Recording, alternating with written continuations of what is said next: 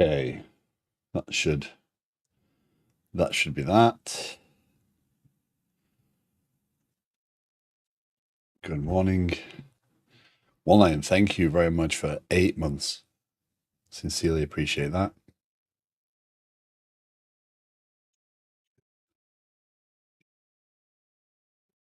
Yeah. Okay.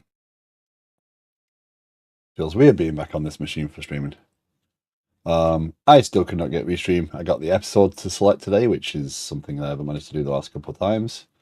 And the event, sorry, I got to create the event. And restream still fails to connect properly. I probably should just remove all the permissions and stuff and reset it as if it's never been done. Restream bot won't connect. So restreams, no, streamer bot, sorry, won't connect. So that's out of the window.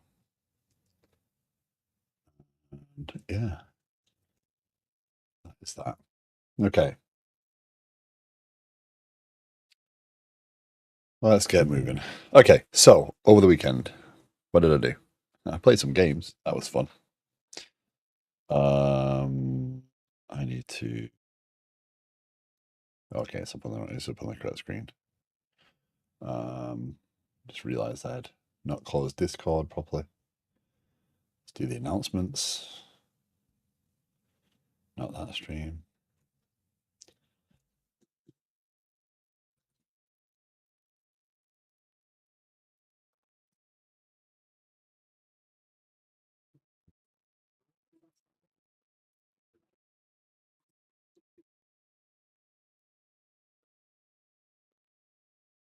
There we go. Okay. Hope everyone's well. So, bit of a longer stream today. No need to rush off at 9 a.m.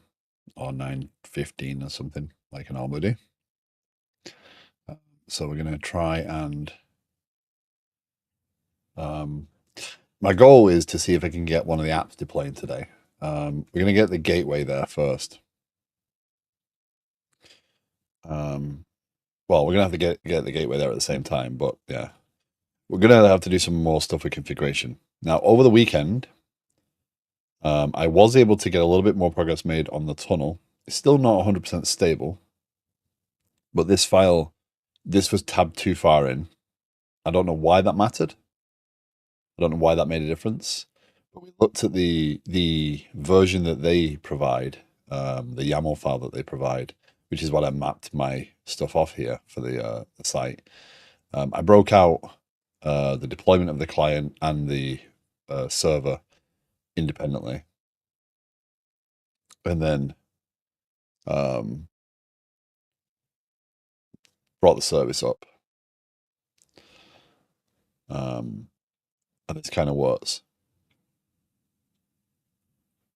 I say kind of because we still have some issues with it not being able to connect to, but it is generally working. Better than it was, more stable. Okay. So today, I can't get the port mapping of console to work, which is a bit of an issue, being that I do need to kind of publish to console.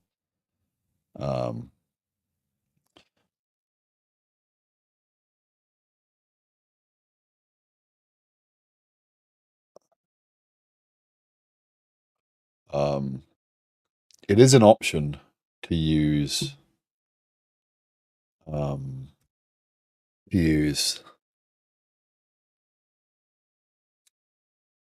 the console provider. Are people off today? I am. Because I think because of the size of the company, there's a lot of veterans, and so yeah, we get the day today. So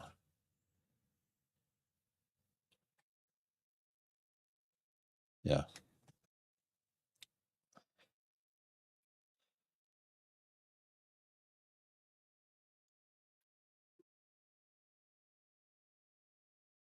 I appreciate.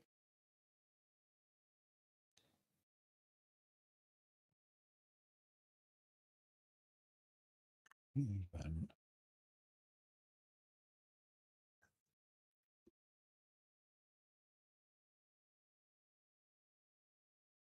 An error occurred. I love that. An error occurred.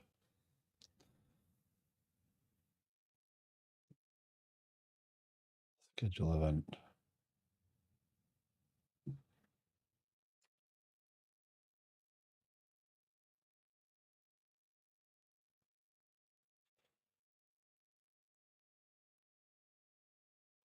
I can do this. Give me 1 second. I'm going to play with this a little bit. Yeah. It's it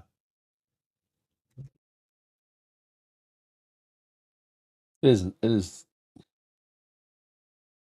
I mean, yeah. Okay. I'm just gonna test my. Problem is to put different titles on. Let's do it this way. Let's take the YouTube title because it's more accurate. I'm gonna schedule an event. Do that. And then take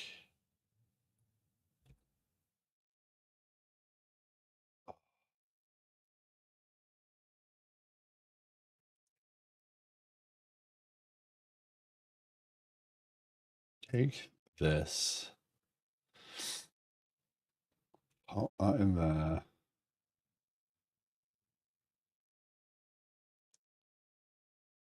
$7:30 a.m. Next. There's that. Save.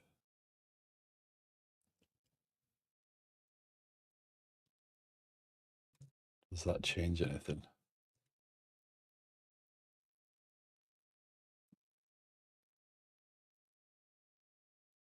No, that changes nothing. Okay. I was wondering if I could go and create the event, but you can't create an event in the past. So we'll see. Okay. Never mind. We'll get on with things.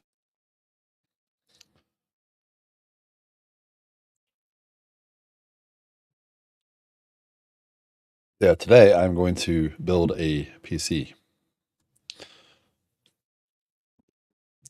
So I got a new case for a gift for my daughter. Hopefully she's not watching. And I've left it in the in my room in plain sight because it just goes with every other PC, right? So we'll see.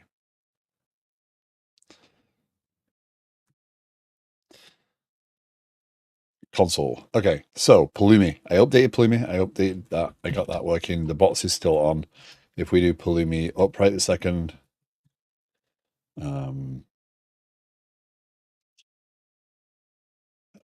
so one of the things I did in getting this stuff here is I created Liquid Sky Client NG as a repo of its own. So this is a branch of the current client code. And this now has, this is a release branch and a main branch. I'm pretty sure I want to ultimately go from the main branch and delete the release branch, but whatever. But now the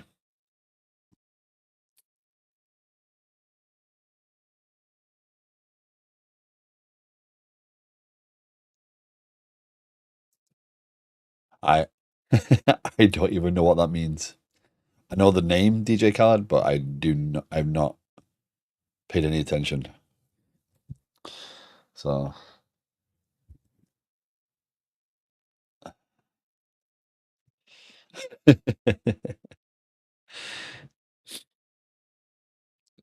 you shall have to school me in the pop culture.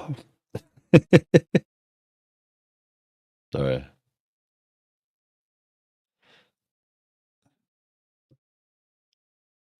No, don't do this to me on a day off. Humble Bundle, get the complete Sid Meier collection. Well, that sounds good. I'll do that. And I picked up Apex yesterday. I was like, oh, I'll play Apex, so I can feel bad about myself. Like I can't aim for anything. Okay.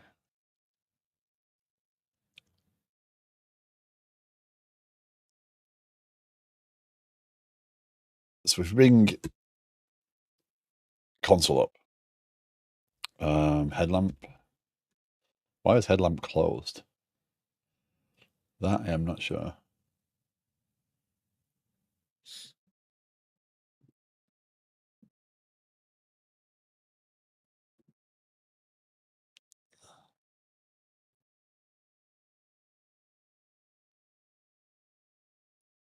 My boss gives me random days off for holiday. Usually it ends up being.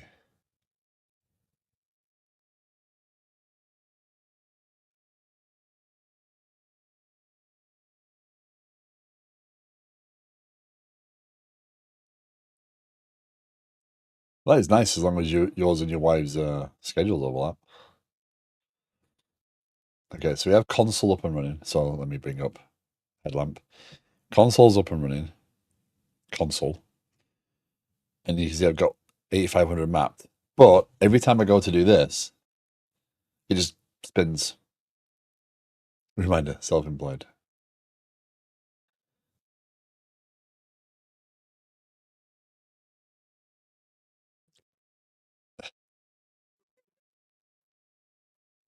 Sorry. Thank you, online. We're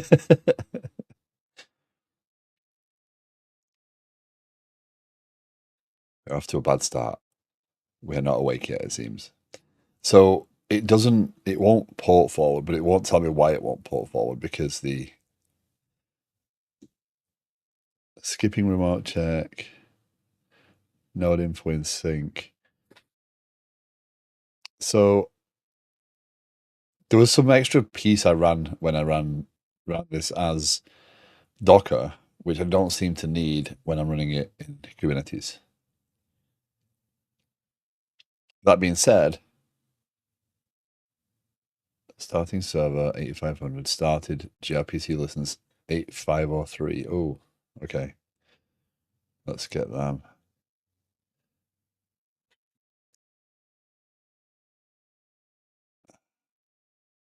Yeah.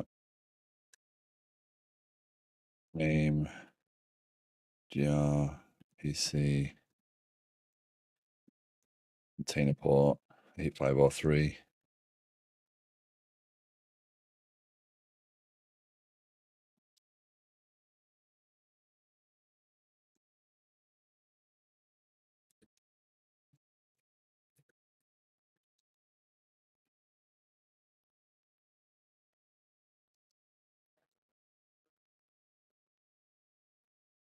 So yes, I'm just forwarding the standard ports through. I suppose if I was doing this, um, um, oh, hold on. Let me just try something. Um, I know. I have my Docker files running, right? Ah, sorry. If I go to localhost 8500, no, this doesn't make sense. No, it doesn't make sense because it doesn't forward. It doesn't extend 8500. What I was thinking is because this is because it starts a local host. I wondered if 8500, but that doesn't make sense because 8500 is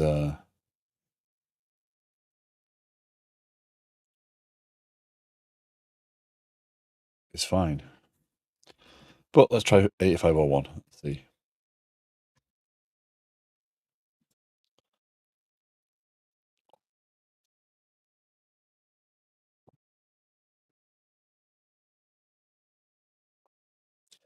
So, fun fact: Friday. So no stream Thursday. Friday, stream at risk, not long stream, sadly. I have 2 doctor's appointments and a meeting. So, yeah, probably no stream on Friday. I have my surgery consult to start the day.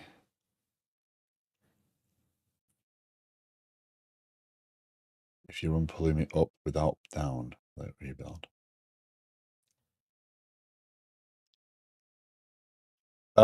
Yes, it will. If there's changes, it will try and apply the changes. I'm just getting into the habit of bringing it all down and bringing it all up again.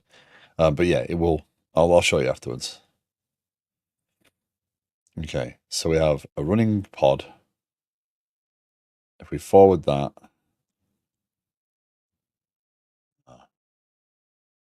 do any of those work?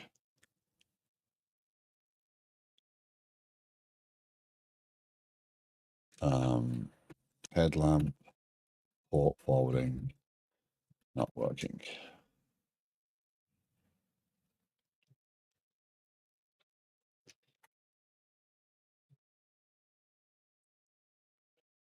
All right.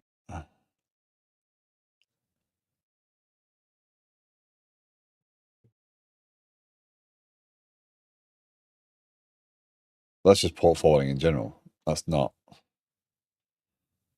headlamp, is it?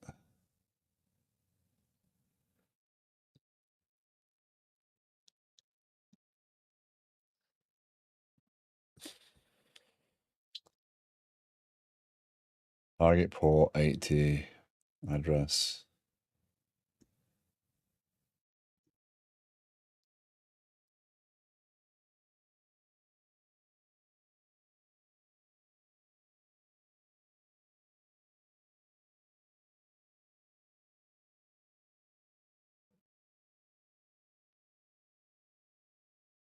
Where do I get the logs for this? That's the problem.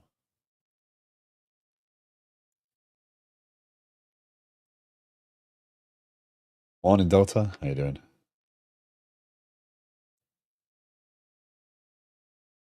Where did I get this? Is there a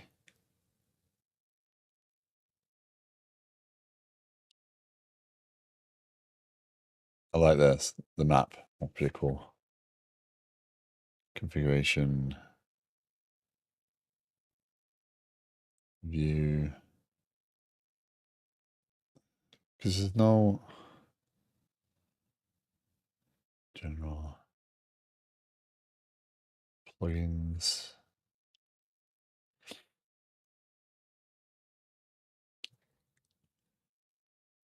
Technical on holiday today. Set a presentation tomorrow, so a meeting for that at the minimum, and another one for organizing work. I was just saying I got Friday off. I booked Friday off. But I now have 2 doctor's appointments and a meeting. The meeting's at 4 o'clock. So the doctor's appointment starts the day, then a doctor's appointment middle of the day, and then the meeting.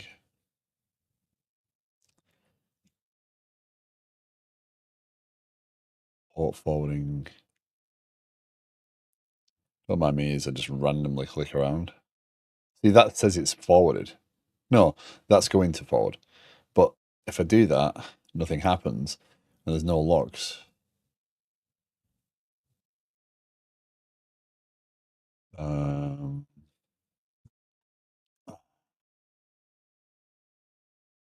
Head let's get a new headset. Yeah, you got the Steel Series, right? Oh, headlamp. K8S. Where do I find logs? I have a few Steel Series headsets. I have the original Arctis 7 headsets, and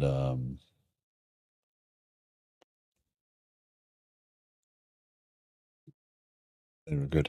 Okay, no. Okay, so the problem here is a Kubernetes one. I can go over here and do this. kubectl. So the port forward is just a map. Is just a forward port kubectl. It's just an alias for this command.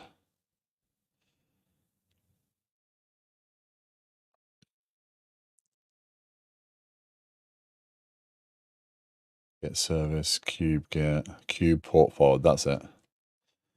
So we need to port on a pod. You can deploy. You can do it to the deployment. Yeah. Get pods. kubectl get deployment.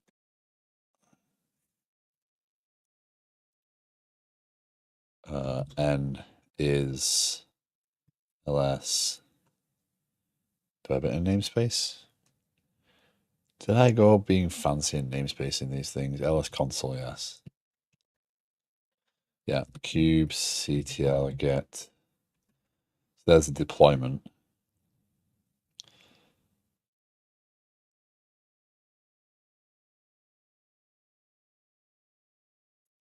kubectl Empire of the Ants. I don't think I've heard of that one.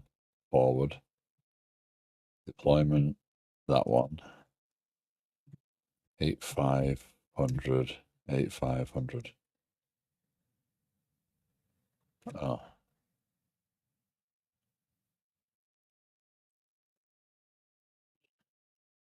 Workloads, deployments.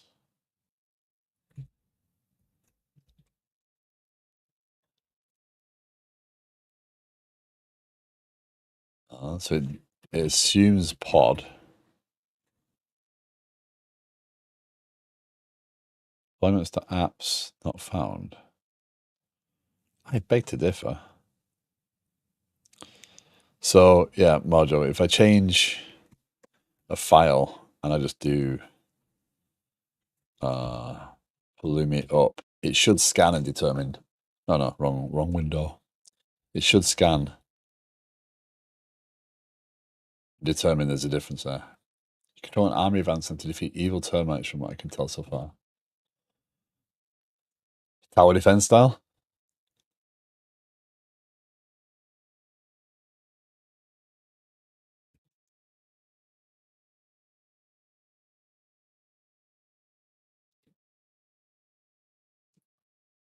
Ah, RTS. Nice. No, so events mean nothing to restream. Ugh, okay. So that's determined there was an update, and that should have now restarted that deployment and brought up a new pod, and it looks like it has. So now that network down here, we go to console service, I should see now 8500. So yeah, disappointing. Iris 2026. Thank you for the follow. Welcome in.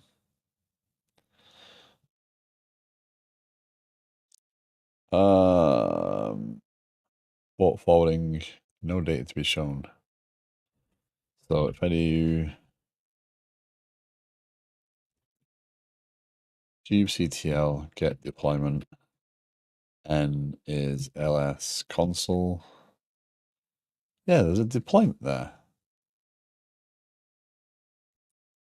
And then kubectl port forward deployment that 8500.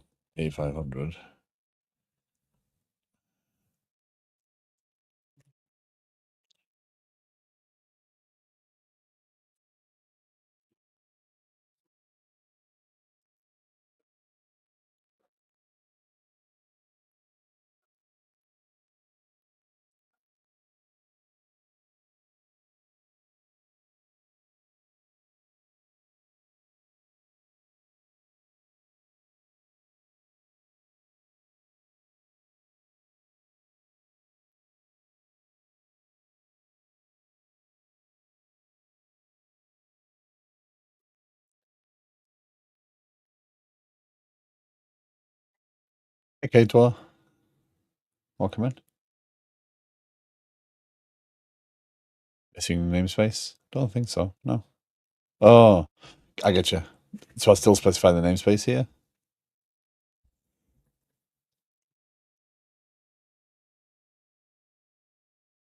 There you go. Thank you very much. Thank you for the call out there. Okay, so that works. So no, I can't do that. That's not what I wanted to do. 8509. Now let's try that because um I have a running instance on 8500. There we go. That's the one. Okay, so the port forwarding in here is not working, which is weird.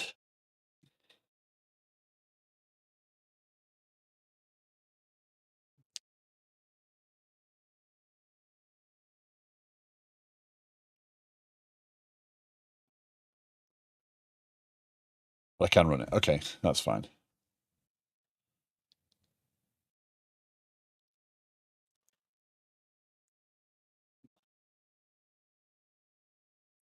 Thank you for the call out there, Craig. Well, appreciate that. Okay, let's move on.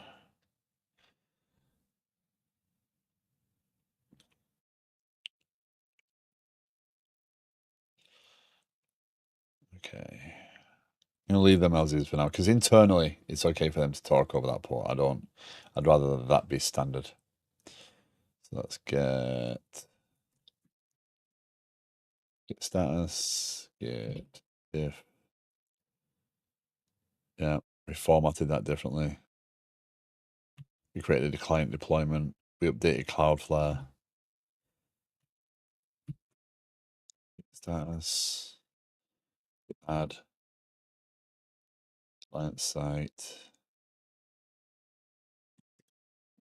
git commit.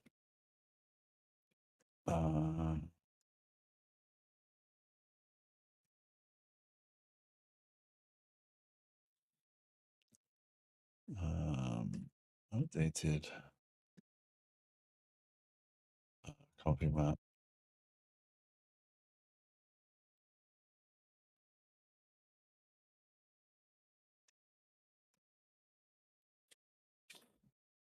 Okay, git status, git add,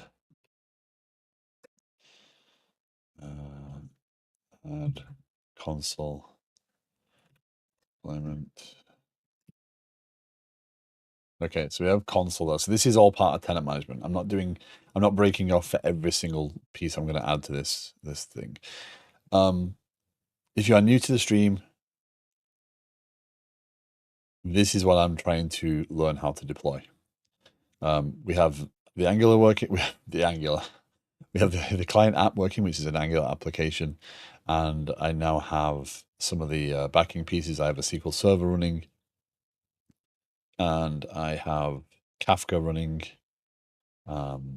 In theory, and I'm just trying to move towards this component here, getting this API deployed and running. So, application deployment, Liquid Sky, tenant management API. So there's going to be a lot of challenges with this piece. Not only do I have to get a Docker file running, but I have to get the GitHub action in place to pull packages and publish them to the Docker Hub. Or build and choose the right terms, build the image and push to a Docker Hub independently, because this is one big project, right? Or one big solution. It should be possible. It's just going to take some time with the GitHub action. So let's start with what I think might be the easy part. He says, add. So when you add a Docker file for a project that's already configured,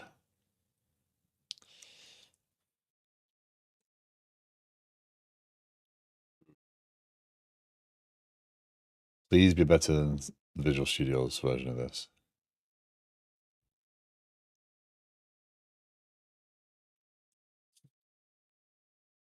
Okay. Now, dare I run this locally?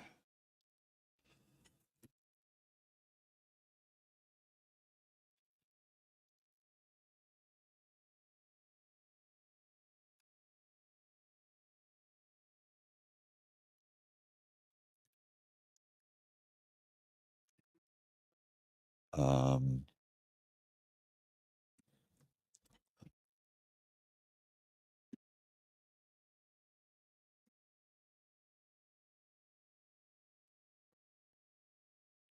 is it just Docker build? Yes, I know we were doing this the other day. Docker build dash T. Oh, that's the tag.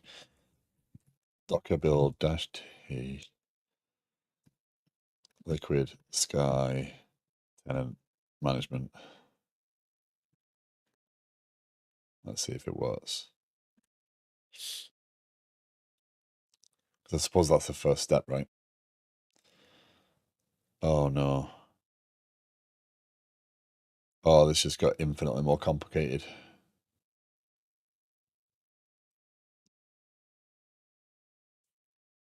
Didn't run.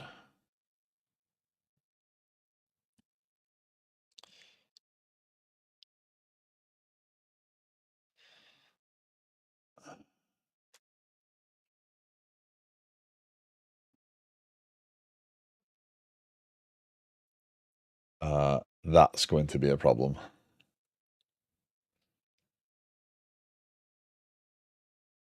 It works here because locally I have it checked out. I'm going to have to use a similar technique to the unit test runner, where I copy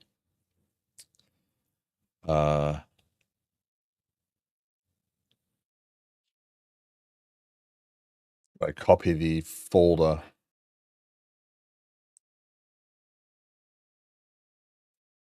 Yeah. So it had an issue with this one.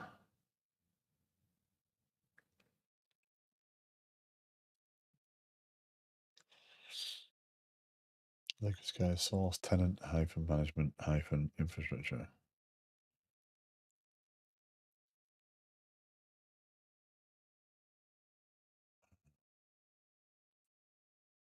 Failed to solve, failed to compute cache key.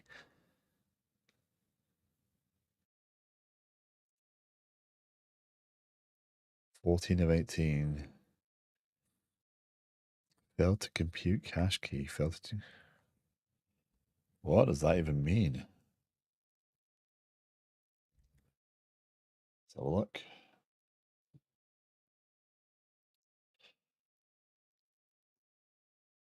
Oh.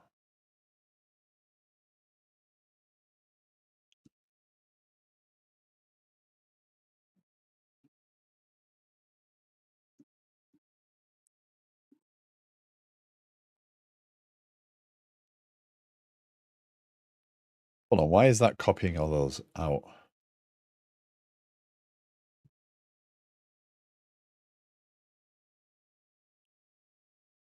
Oh, because it copies them all onto the machine, doesn't it? He copies all them onto the machine and builds it in place on the machine and on the okay. It's not like it builds it and then copies the output.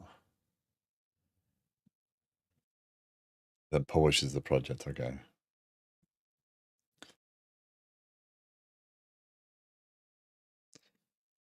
Okay. Not found. So did it just not copy that folder over? That would be bad.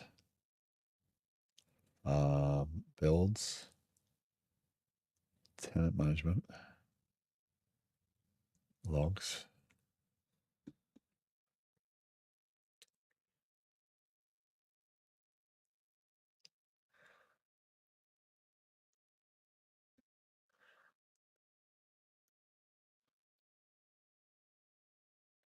And so that failed everything. History, error.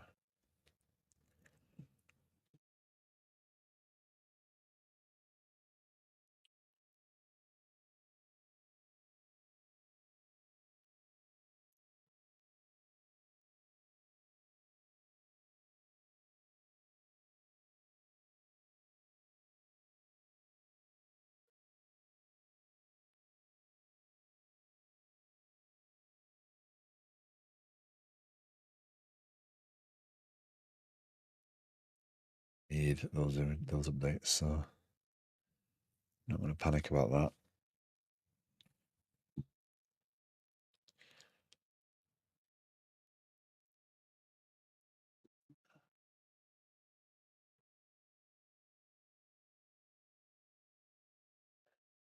Well, it's incredibly helpful. What does it mean? Okay. So if you are new to the stream, I'm DevOps is not my world. I'm trying to learn how to do this bit by bit and sharing that experience while I stream it. My goal is to build the application and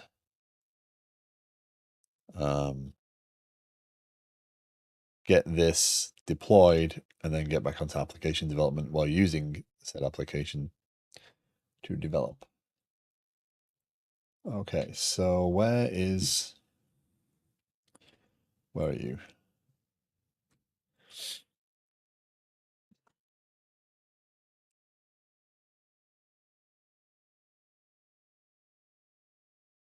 That went at the root level.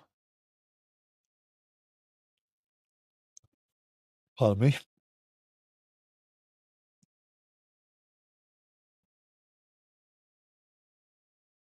Don't see anything ignored there.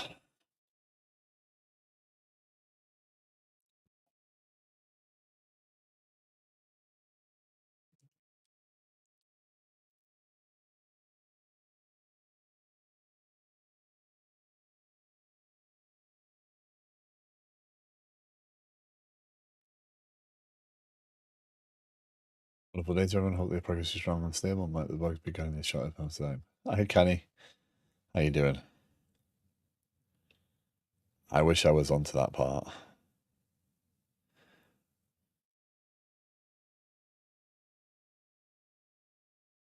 Be sure running a real Linux-based terminal like WSL. It seems to be a Windows issue. What?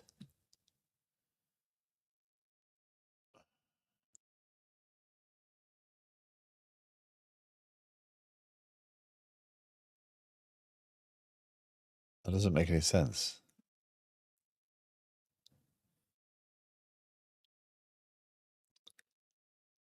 Oh, you did? I'd be interested in knowing. Because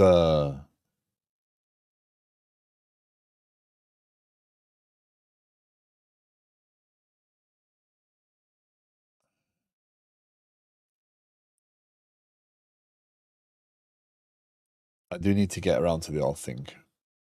Permissions are going to have to come pretty quick once we get this up and running. So, I've been that focused on the deployment. I haven't really had much time to think about.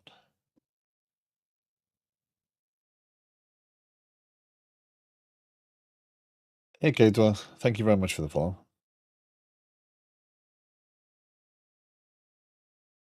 I don't know why I said hey, K8S, I'll let you just come in then. My apologies.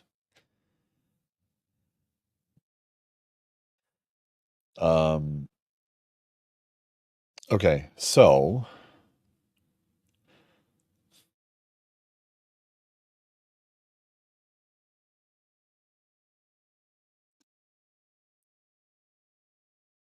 let's do this.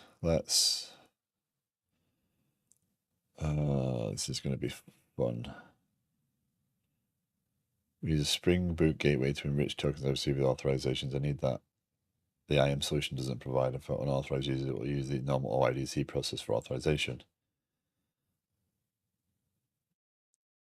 So what I was thinking to do was inject my auth at this level It sounds like the same thing. So Auth0 will be authentication, but then everything comes through the gateway anyway. So I was going to figure out if I could inject authorization in here. And so everything that gets passed forward has authorization.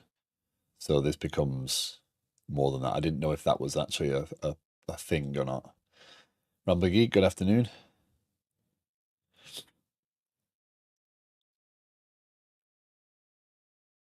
Thank you very much for the lurk. So that was the way I was going to go. So that's what I was hoping to go through. So my apologies for that. I dropped the ball on that one. I should have reached out sooner in the weekend. I think for your case, without the special treatment I need, you could go for an OAuth 2 proxy. Yeah, I mean, I don't know. I gotta learn. I gotta learn what it means, because the thing is, this at this point, I know what the tenant is, right? I know my tenant, whereas flexible open source tool acts as either a standalone reverse proxy or a middleware component integrated into existing reverse proxy or load balance setups. Yeah. Okay, so this is a common thing. Kind of.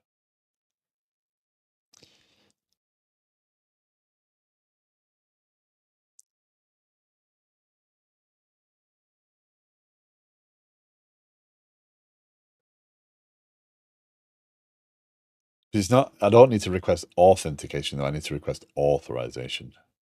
I have authentication with, and I'm gonna have to figure out how it works, right? Because in my case, it's gonna be where's my workflows? Auth. No, new drawing. Delete that. No. In my case, it's gonna be oh,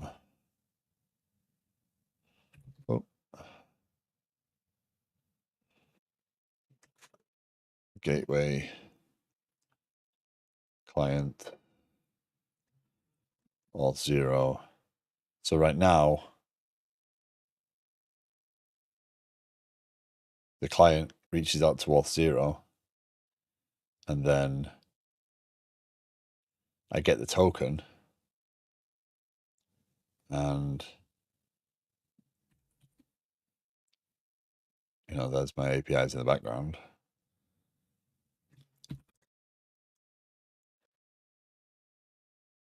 Right. So authentication, but by the time I get here, I want authorization as well. So what does that look like? So my thought was take the token and kind of build it up and then pass it through. So that by the time I get to the world behind, I've got all the authorization I need for the tenant I need. So yes, you're allowed to log in. Yes, you're allowed to get through, but yeah, get the authorization there. They can't use tenancy from Auth0.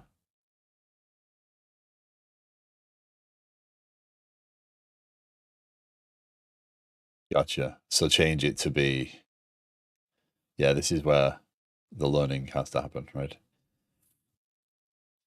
So authenticate, so everything goes through the gateway.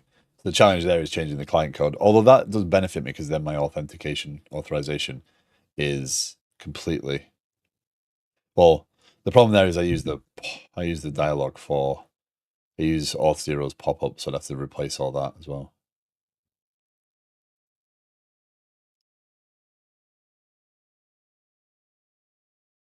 So I'd have to learn my way around that piece.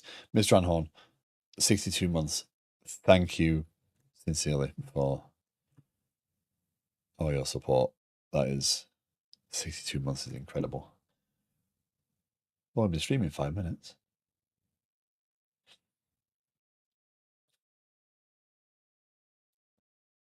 Where's that email?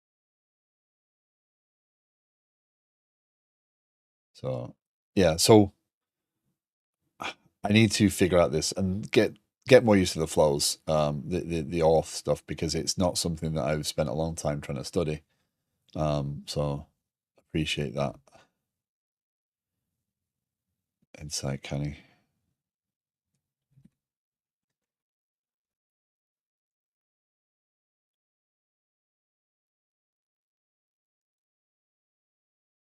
Shouldn't be that hard. I can make anything look hard. I'm about to make this look very difficult. Yeah, thank you. I do appreciate it. Okay. Auth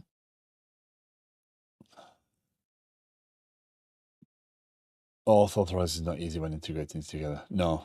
And I'm adding the complexity of tenancy as well. So it's not, if it was just straight up, are you allowed to access the data? Are you allowed to see the data? Then I'd probably just leave it with roles and permissions all configured within Auth0, right?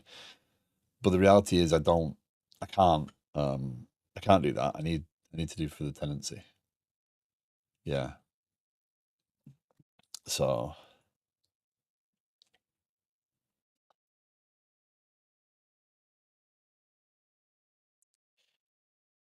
at least I know it's a viable path to head towards to get the to enrich the token at the gateway level.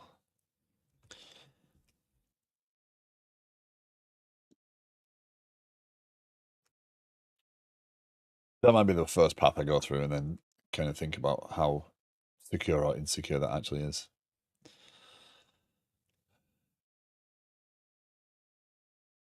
Okay, so where was I going? Oh, I was going to do this. Liquid Sky, no. Repositories, Liquid Sky Client NG. So what I'm going to do is I'm going to look at this workflow to start with.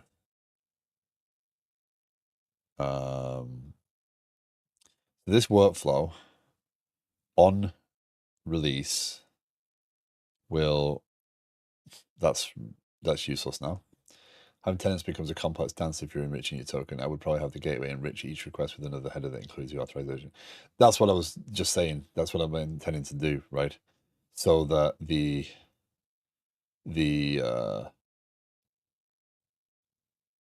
so I suppose it's more like that, right? Whatever that pulls from. So first attempt will probably look something more like this. So the token comes through, and then I attach authorization based upon the tenancy, because I have the tenant ID coming in this header because Auth0 does track that, and then the token I have now has all the right permissions for the tenant you're logged into. Yeah, this way I can configure ghost users, right? I can say, hey, I want to act like this person, because I can just attach all the permissions and things they have if I want to.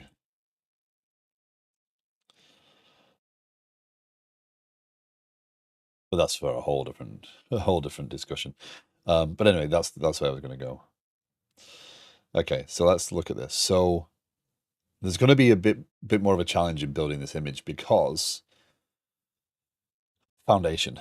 So Foundation is an external repo that needs to be pulled to be able to be built.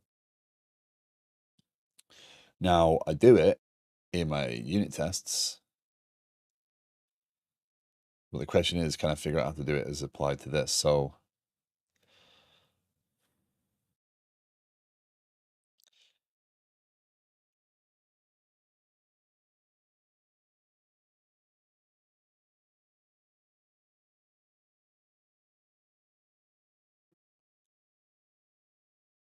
this is where multiple repositories is going to trip me up. So when Liquid Sky, when I push to Liquid Sky on main development or feature, I check out Liquid Sky and then I check out Foundation, and there's a pat to allow that, right?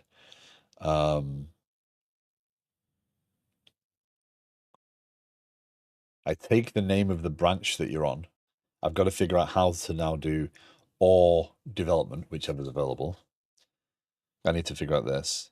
And then that puts that relative to, yeah, it puts it to foundation by liquid sky. So it mimics the directory structure I've got here. That's going to be an area I need to make sure I document later on, because that is a quirk that will trip you up and stop you from building that you don't realize. So I need to do something similar to this in the image pull, because I can't not have this directory there, right? In the image push. Yeah. You could change the bearer token to something only your platform knows. So you use the all zero token to create new authorization token. Then it's less custom and more policies in .NET.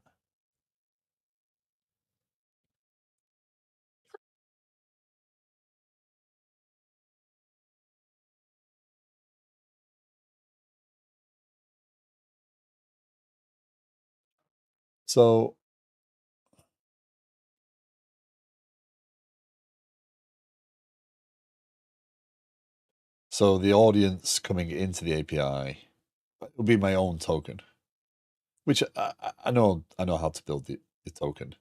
So just build an entirely new token based upon, yeah. So every request coming in, and then I'd have to cache that. I don't want to be hitting that database every single call per user. Just cache it on the user ID.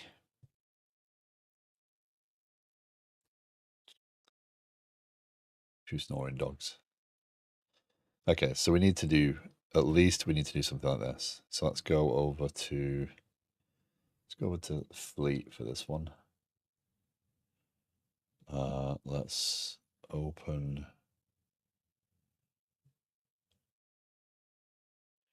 dev prototypes.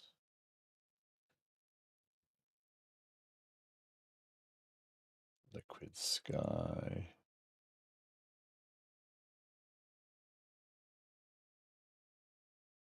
Okay, so now we need, what folder structure do we need for this? .github. That one can close. Trust and open.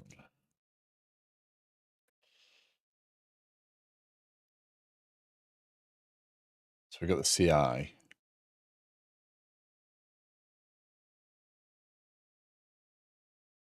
You don't need to cache it any more than you would the auth0 token, since your server would be set up to validate your token instead of auth0. I mean, cache the because I'm going to have to query the user's tenant to figure out what permissions they have. I don't want to keep hitting the database every time a request comes through the system, because every single request will come through the gateway. I don't want to, for the same user ID, hit. Oh, well, hold on. If I pass I think if I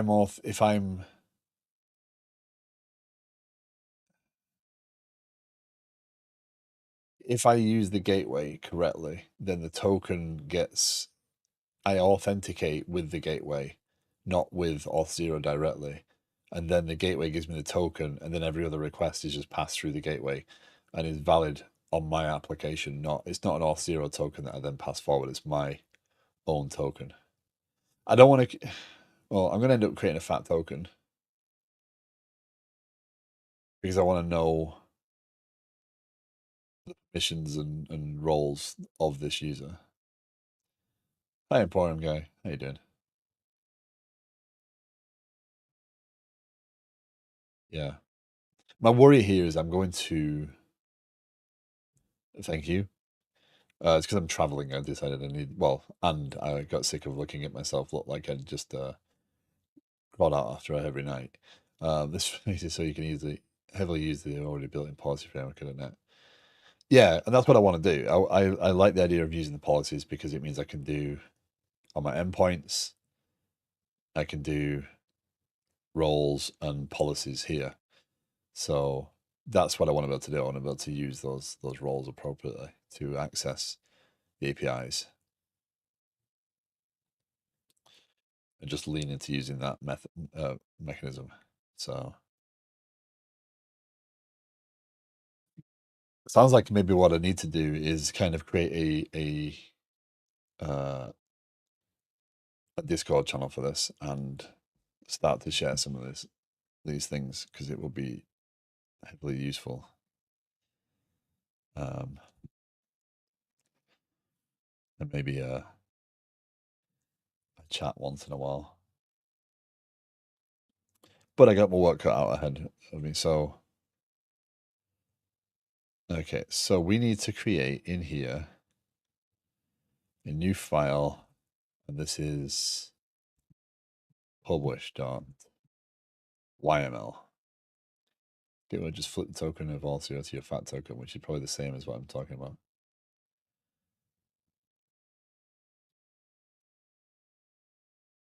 Yeah. Yeah. Because the gateway would validate the auth 0 token, and then and that's my thought. My thought is the gateway would validate the auth 0 token, and that would then enrich that and pass that forward. That was my initial thought. And it sounds like with the link that Canny provided, that it seems to have closed already. My apologies.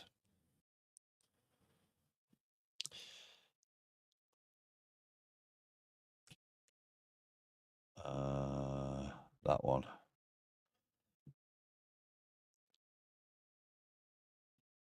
This is why I manage my own identity. It's so much easier to back this into the platform.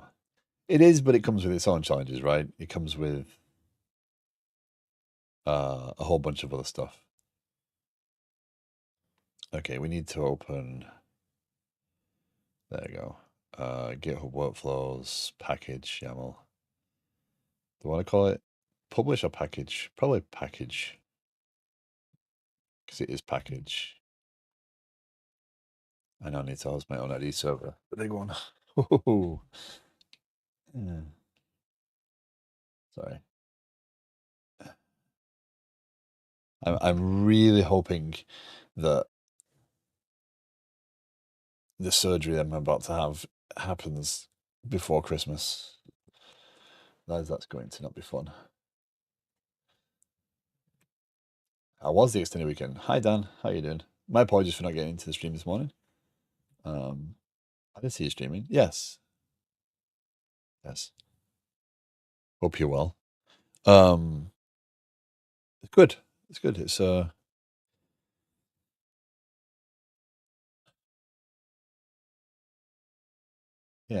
We're gonna have a bit of a longer stream today. Not too much longer, but longer. See if I can get some of these challenges figured out. And then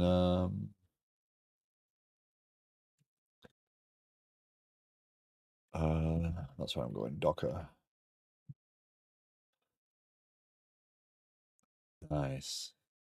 You and Sinisberry are making some good progress on the game. Oh, we use this at work to auth our so I really like it. We use GitHub auth for our makes it really easy to add new users to the pages. So much to learn. So many different things. Okay. So this is tenant management. See what that looks like. No, this is not right.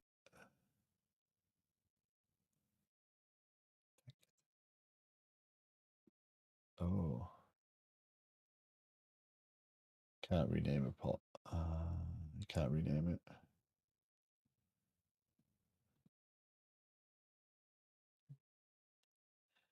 it. Poultry.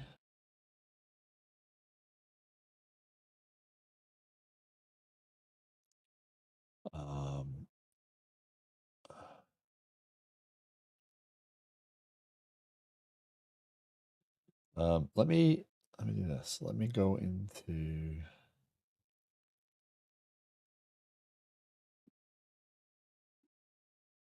viewers, subscribers, streams, add.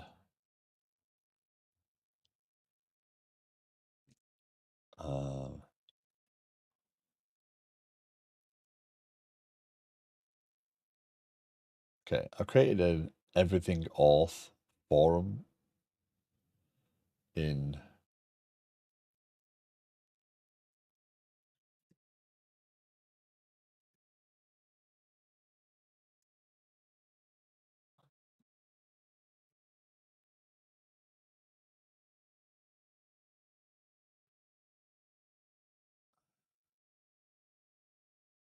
created an everything auth forum in the streams category in Discord.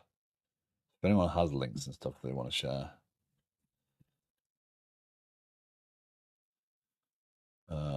you're responsible for hold this to update and I'll fulfill all the policies from the government, etc. Yeah. What I want to avoid is having too much user information. I do want to be able to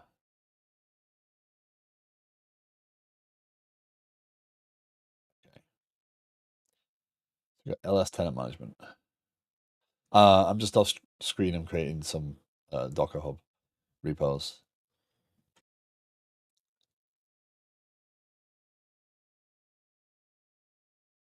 Okay, so we go back to here. Now let's copy this and start here. Because it's not going to be a copy of this. Create, publish Docker images for platform components.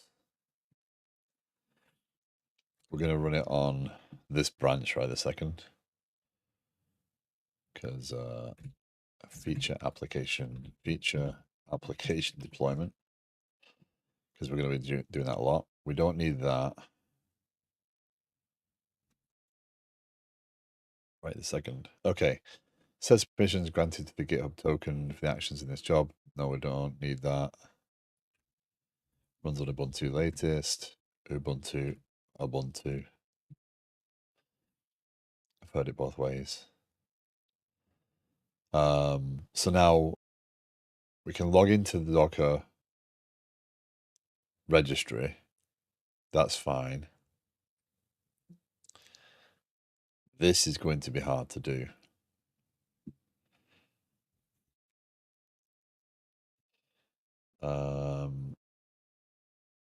This we're going to get rid of for right this second.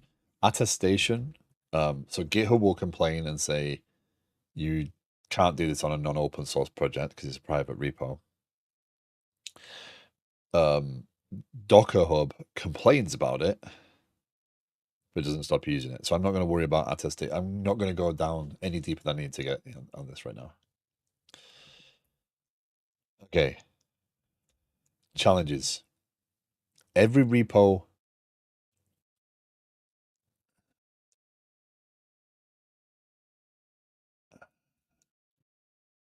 check out repository. Why does that check out the repository?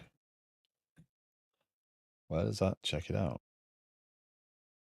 Oh, it checks out this repository all the time. That's interesting.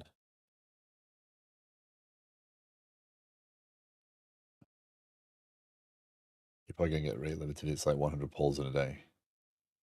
What is?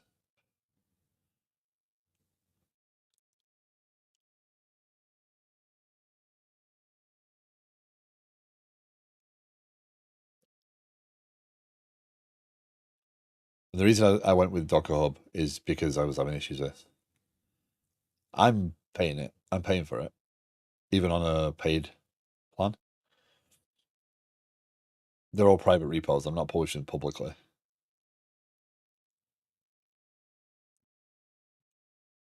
I get limited to 100 polls in a day on a paid plan, I'm not going to be up. I'm not going to be happy about that. I'll be hosting my own Docker registry before.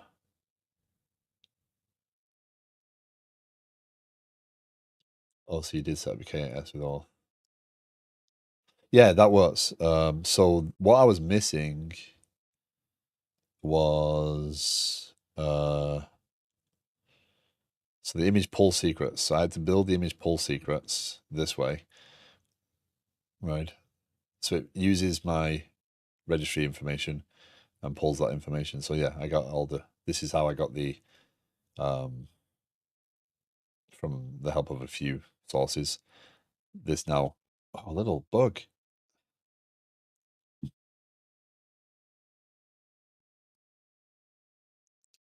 Yeah, so this works. This now pulls from Docker Hub. Yeah, so um,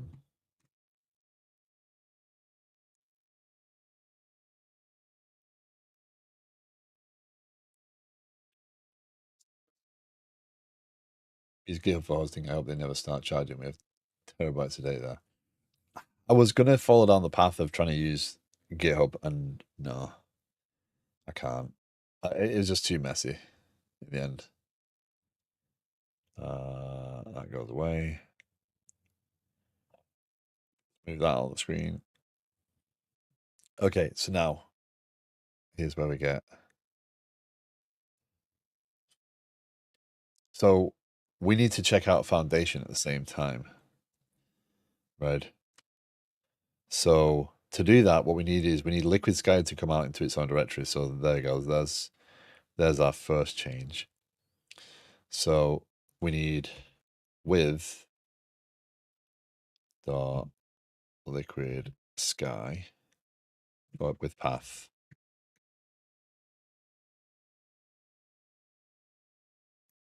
liquid sky. Yeah,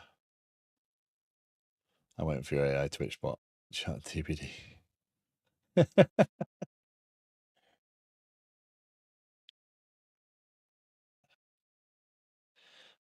So many projects, so little time. Okay, so that we'll check out that. Oh, what did you just do to my formatting?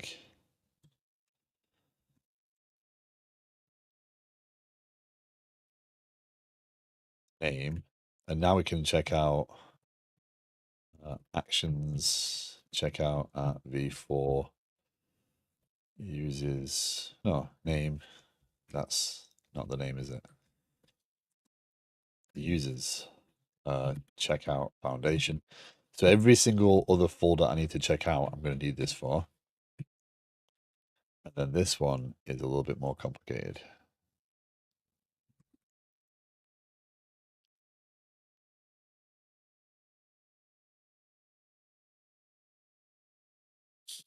So we're going to check out foundation. This is the thing I need to fix before I do this.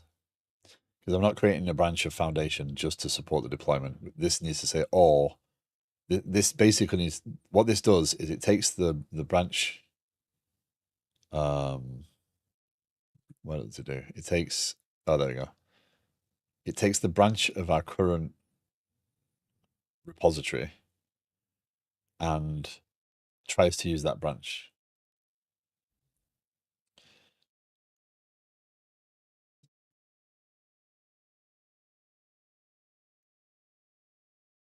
That's the piece I need to.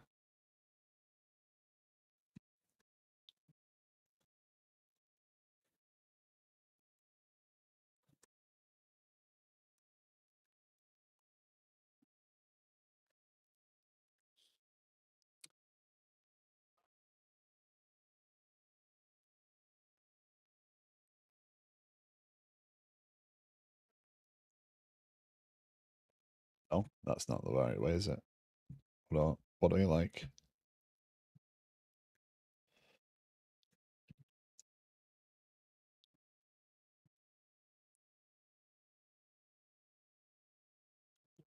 What do you like about it?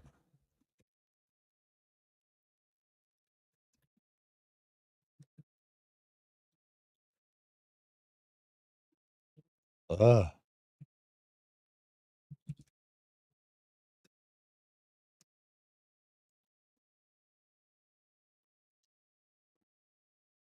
What do you like? Oh, shell bash.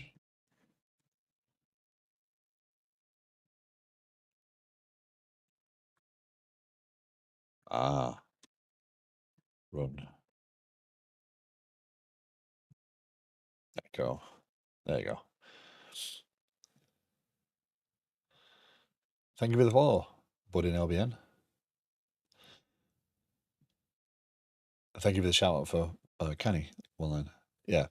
Canny is a game developer, a library developer.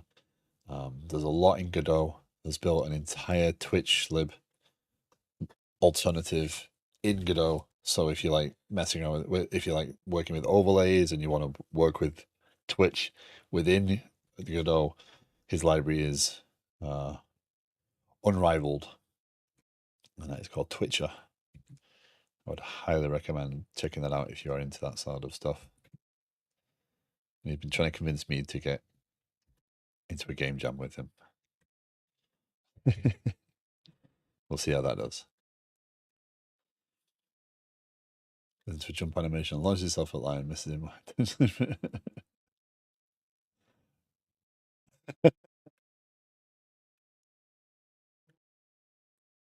There you go. No personal contact, but cupcakes. Can you complain about that? So this will pull. The idea of this is it will pull the current branch name, echo branch equals, so it'll get that variable, it get the head ref, and then pipe it to that.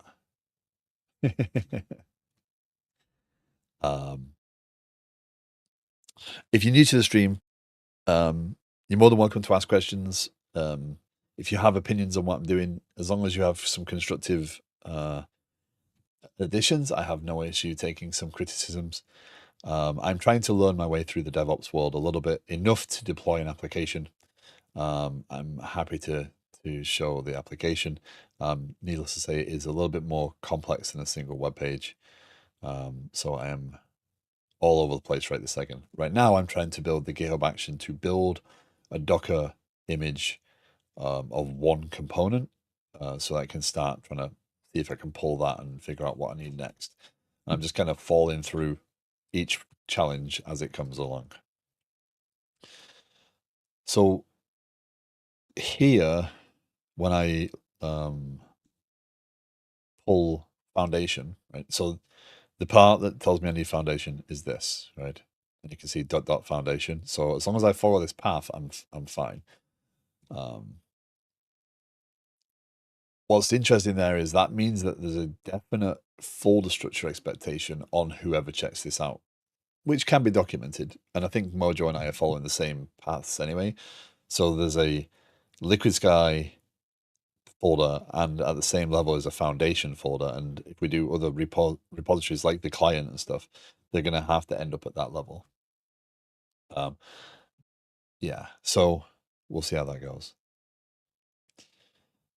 But that's something that I need to make sure is clearly documented, because it, from a development perspective, it does mean that you have this dependency of checking them out to a certain structure.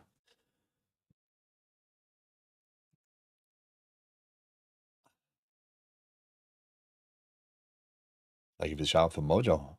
Yeah, Mojo is trying to get into streaming. Streams every now and then. Is a nice chill place to go and hang out, and he is helping me with some of the Liquid Sky stuff. He's working on a control tower, which is the back end components, along with other projects he's doing. He's got several different .NET projects. Loves using .NET Aspire. So you're more likely to see that on that stream.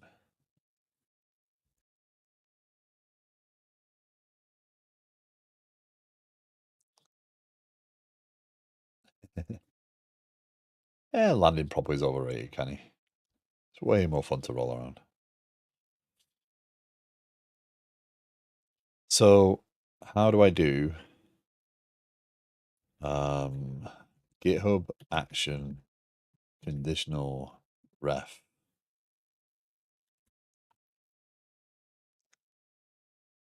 Use conditions to control GitHub. This is where I'm going to struggle because I'm going to have to figure out if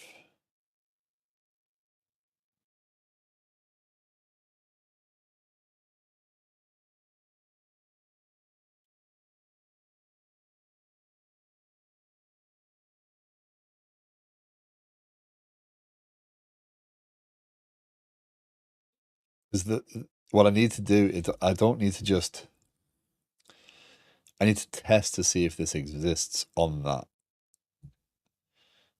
GitHub action if branch exists on other repository.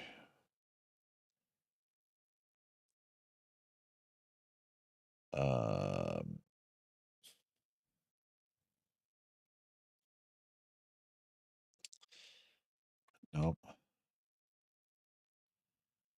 So the workflow pat exists within Liquid Sky, so I'm good with that.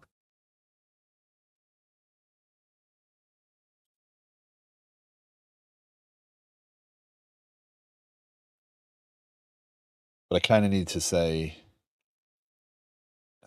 what I'm trying to do is, if exists, so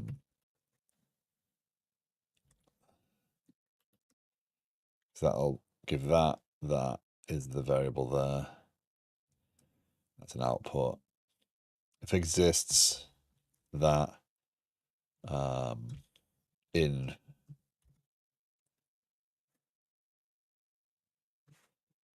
TB develop foundation, then we're good.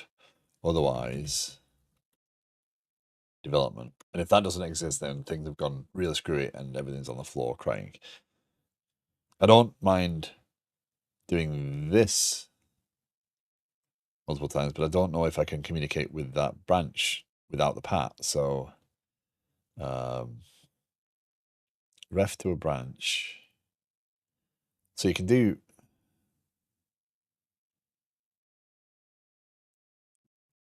Can I really do that? Can I do that?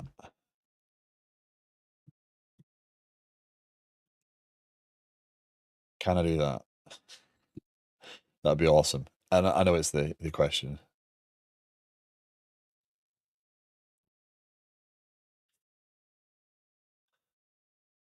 Enjoy your meetings, Dan. May they go quickly and solve all the problems.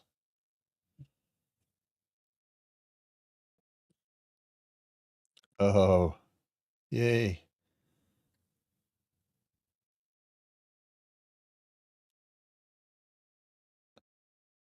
Radio Patrick as well. I need to. I'm trying to get better at calling, at adding them in because your shout outs are quite descriptive or very descriptive, which is really cool. Yeah, Radio Patrick has been developing so there's a piece of software called Radio DJ, and they use that to host a little radio station that him and his friend Bear do, Bear Somniac, and the interface for it is lacking, and he wants to be able to control that because he needs to share that between him and Bear so they can both log into a website and change things because the software runs locally. It does expose some APIs, so he's really created an adapter to that API to make it more sensible, and then created a Flutter front end for them to be able to access it through. So he's been building that for a while. Quite fascinating to see the challenges. He's also been learning more about .NET and growing there and how he uses it. He doesn't use a lot of dependency injection stuff. That's not something he's done. So it's you get to see that code evolve as newer things become available to him. Super smart guy as well.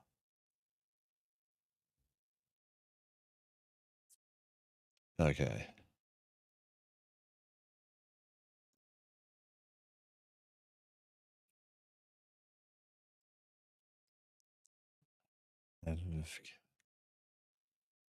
That looks complicated. If for anyone looking for simple options, you can use continue on error, and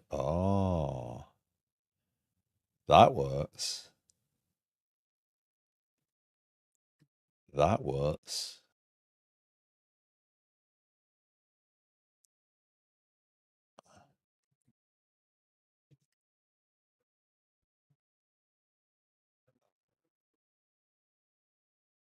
Really?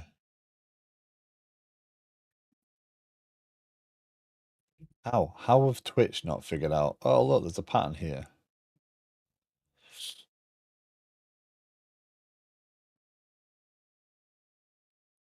It's yeah, it's already been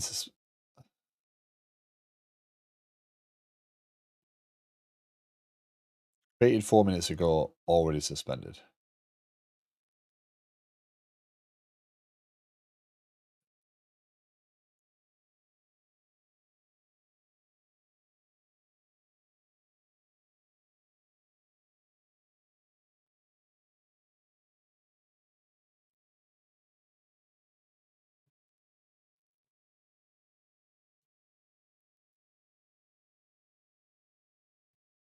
Okay.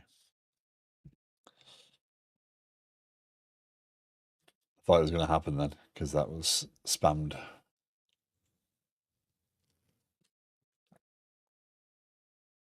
Okay. So this person might have it. I just need to understand what this means. If the first checkout fails, we check out the main branch by default. So if that's right, what we do is we go into here and we put that on there, that there. And then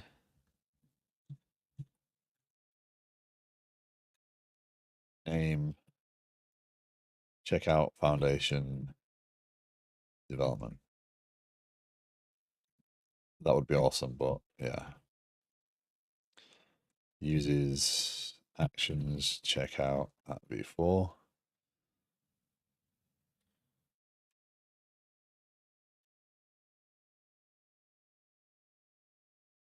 Then this is going to be an if, right? Steps dot add checkout. Can I do the hyphen there? Dot outcome equals. So I assume that was 2. I assume that will set that with, and then this becomes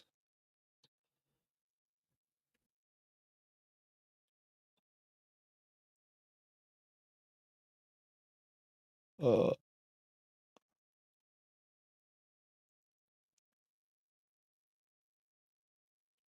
no.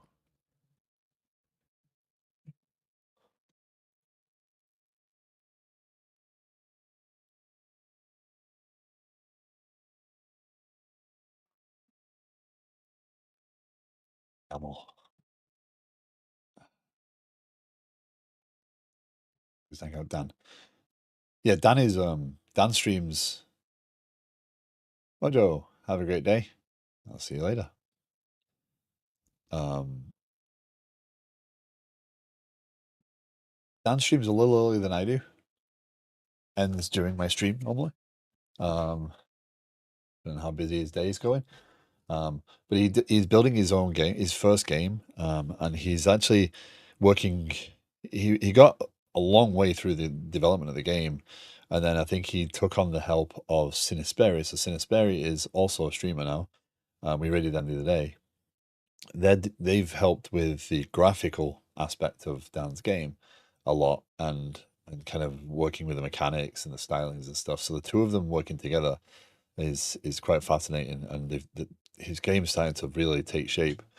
And yeah, it looks cool. Okay, so in this case, that's going to be development. So this will fail the first time. The moment I push this is going to be a challenge. So we'll see. Log into the container registry, and now here we go. So this is great and all.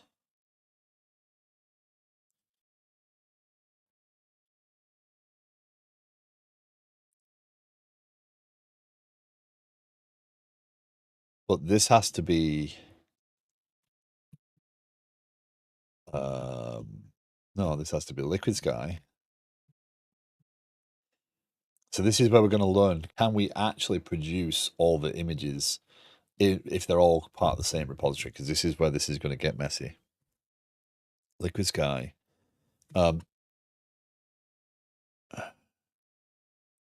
This is going to need to change as well. Because this is essentially going to be... Can you do a loop in a GitHub action?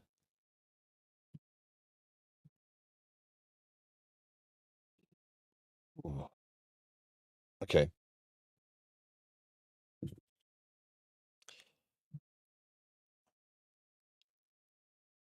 Maybe playing Apex yesterday was not a good idea.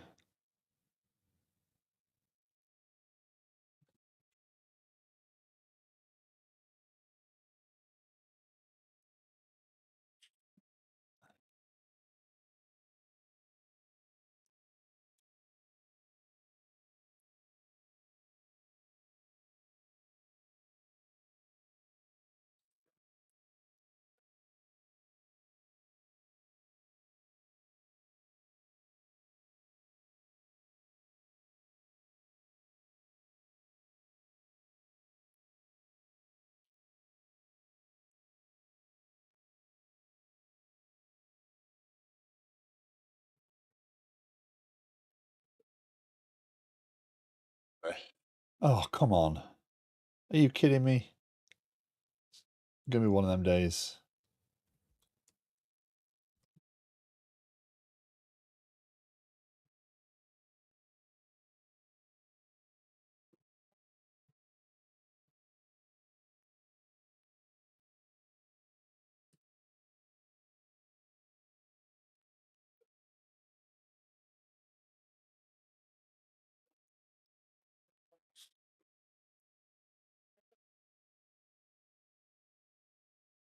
I mean, basically, at this point, Twitch should just put you in a holding pattern if you put anything like that combination of words together as a username. I mean, who wants a username that long?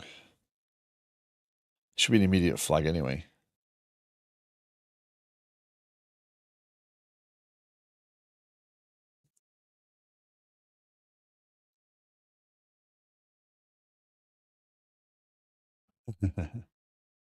Yeah, if that happens, end of stream. Okay. What if I have the array of strings?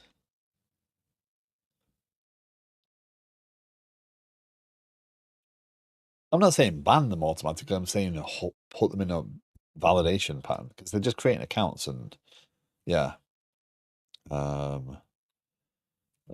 Loop through multiple projects and publish Docker images. GitHub action.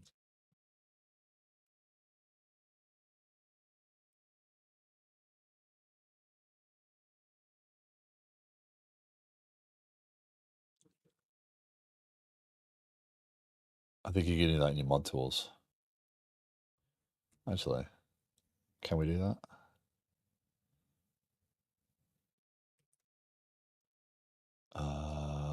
Can we do? Because I don't want to keep diverting to do that sort of stuff. You know, it's not.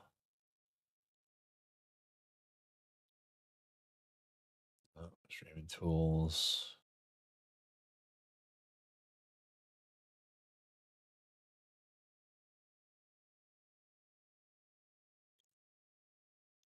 I'm not sure how to do that. Settings.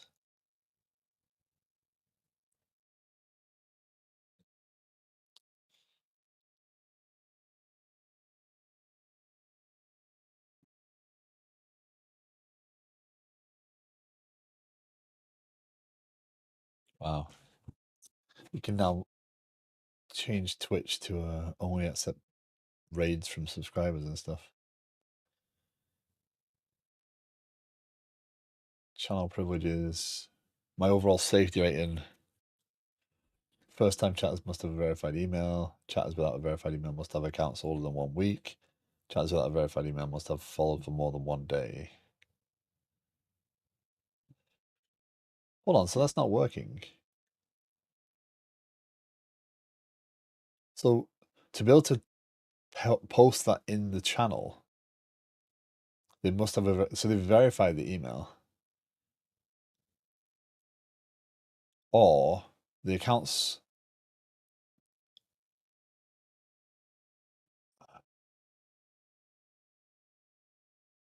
Those aren't and, are they? They're or. So if you've got if that account's been around for more than a week, I doubt it'd been around for more than a week though.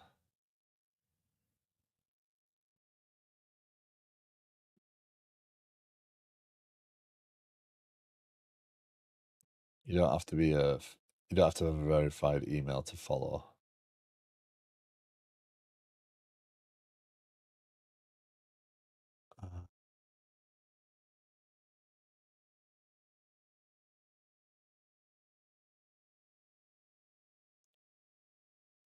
Okay, we're done. We're done with mods. We're done with changes.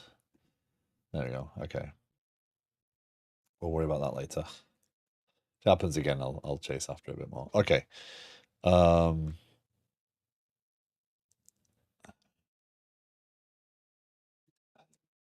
.NET loop through multiple projects.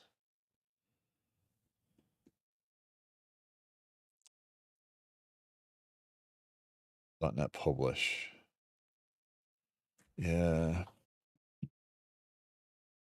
but I don't want to do that. That's great if I'm doing to container registry and it's open source. Like I can do that for. Well, no, I don't need to do that for the other things because they're not applications. But so this would be great if I could do it, but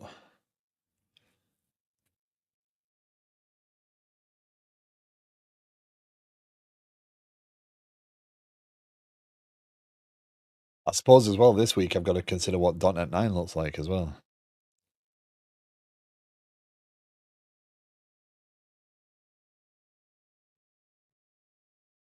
And even more if I'm not careful. Get off.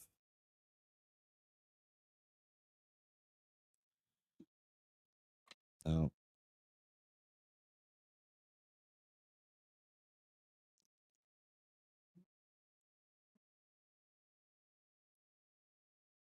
We have one to worry about right now. Let's not worry about this later. So the problem is the image name here is not the repository. The image name is going to have to come from the package because I'm going to have source tenant management, right? That's going to be the source, steps, meta, outputs, tags, labels, meta, outputs. Labels, I don't know how to set the meta. I assume I've got meta or something up here. So,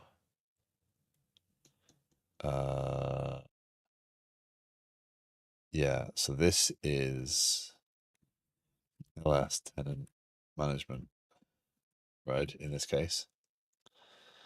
I'm trying to come up with words for Cinesperry, but I don't know their content enough. You said the game they're doing on their stream is Dan Grep's game too. Are they working on the same game together? Or is the game they're doing on their stream their own game? It's funny because Cinesperry does not advertise Dan at all, but it is they've been working on the graphics and stuff for Dan's game. It might be just verifying because again, that might just be the way that they've done things. But yeah, Cinesperry does not directly advertise that they're working on Dan's game. But Dan credits Cinesperry with all the graphics stuff. So, so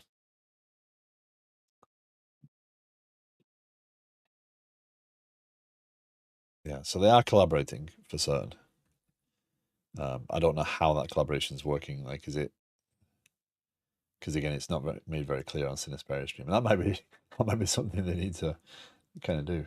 But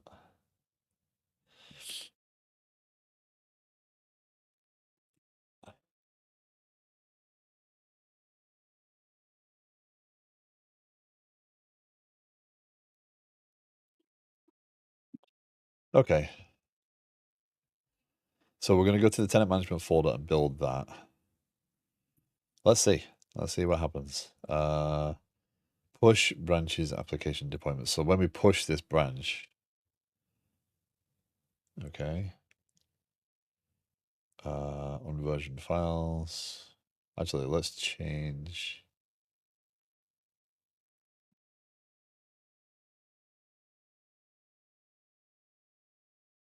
I change here. Oh, just some cleanup. Okay. Coming through some of Simspace's videos to get a better feel, and as you mentioned, didn't quite see anything link the streams together. Yeah. Appreciate it, OneLine. I really do appreciate it. Thank you. We'll get this done and start planning developers.stream.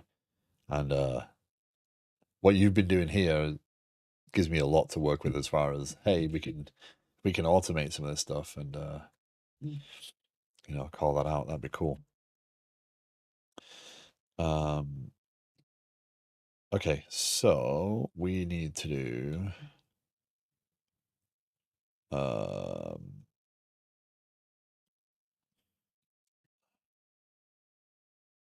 not sticky keys. I'm thinking introduce Docker file for tenant management.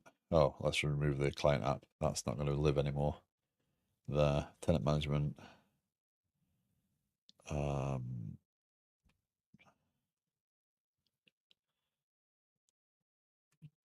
Added package YAML for workflow.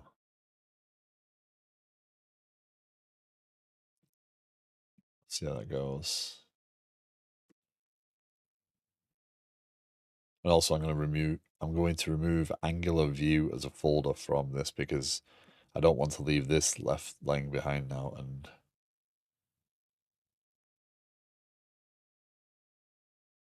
there you go. Okay. So give that a second to get through. See what that looks like. See if it actually triggers on that first one. Oh, there. Well, we're running unit tests and doing the publish because it's all got against the same branch. That wouldn't happen normally. And actually, if that failed, I want to make these dependent as well. Publish doc packages for else. Okay, we'll come back to that in a second. I need to go here. Okay, so I have moved this project out of Liquid Sky core.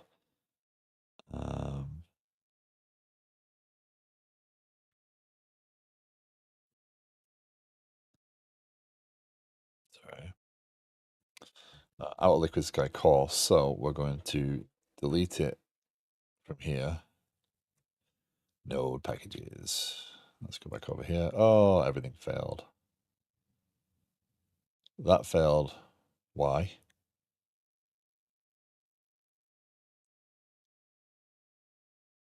Checkout foundation failed.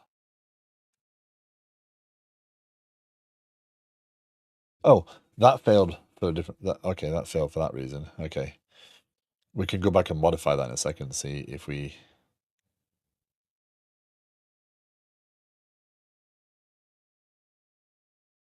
Now this one. What did this fail for?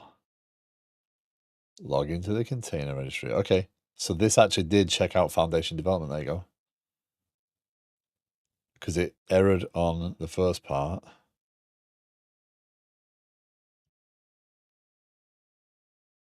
So did that actually? Yeah, it did that part. Nice. So we can copy that into here because that now makes that more viable. Oh. Oh. What we have here is a problem with tabbing. I don't know why people dislike YAML so much. I mean, it's perfectly viable, right?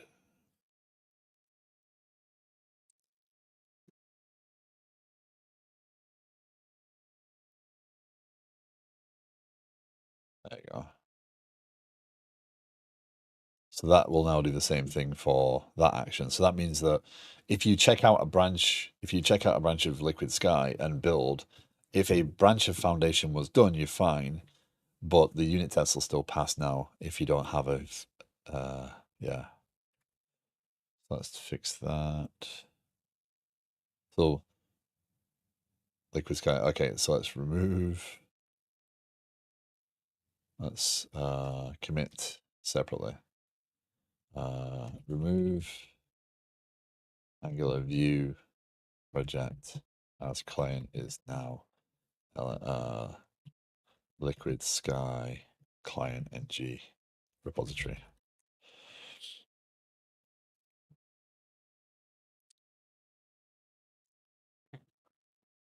So that might seem like a scary thing to do, but it's very important to remove that now, because if let's say Mojo was working on this with me and started to make a bunch of changes because we said, oh, we need to update the UI, we need to do this, and that's the one that it goes to. Then I'm like, where's the changes? And he's like, well, I've made the changes, and they're all pushed to Liquid Sky. Then we have to figure out that move over. So you don't want to leave any question as to where the client project is. It should not be easy to make that mistake. Update CI workflow to provide fallback for GitHub checkout of Foundation. Now, there's still the challenge of what happens when it goes to release, etc. So, but when it goes to release, all that should be there. But we'll figure those problems out right now. Right now, it's a development problem, not a push that, push that. Okay, let's just check. Project next, yeah. So Liquid Sky Client NG is at the same level as Liquid Sky. So the folder structure right this second looks like that. So there's Foundation, there's Liquid Sky, that's the main project with everything in it. That's the client app, that's the control tower application. Yeah. Okay, let's get, we need to copy a link.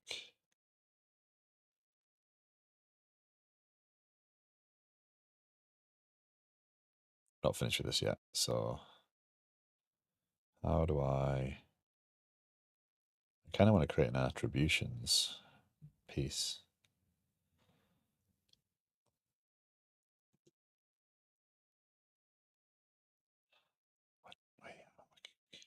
Package.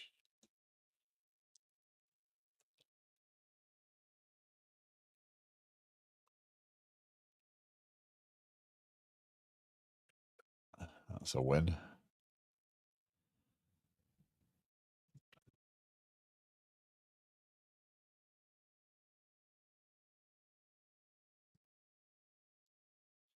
Summary. I don't expect this to have magically worked. Kind of hoping the unit test would work though.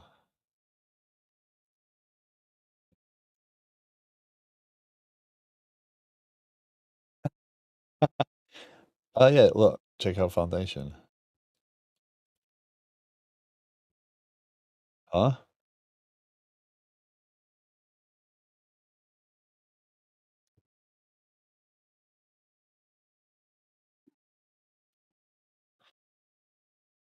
Error, the project file. Shouldn't have been in there.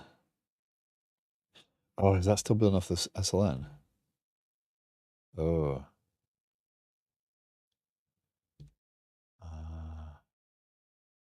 Came out, one of the bunch project comes alive, check out the spirit, the collaborate and tank up on the T's.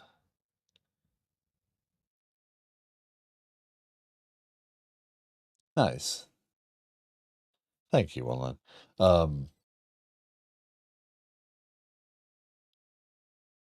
yeah, that reads fine to me. And if they have an issue, then they'll, as you say, we can definitely change things. So that is because that action Let me get back over here. Is this building off the SLN? .NET build. So, oh, .NET build, use SLNX. So I'm using Microsoft's new SLNX option.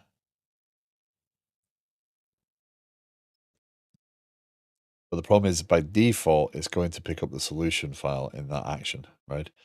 .NET build /liquid sky is going to build. Oh.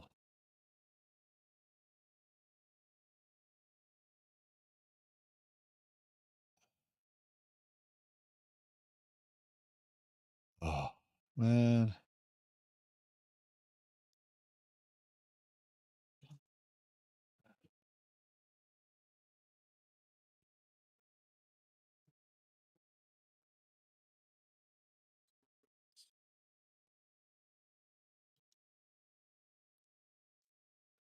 Really? This has said that.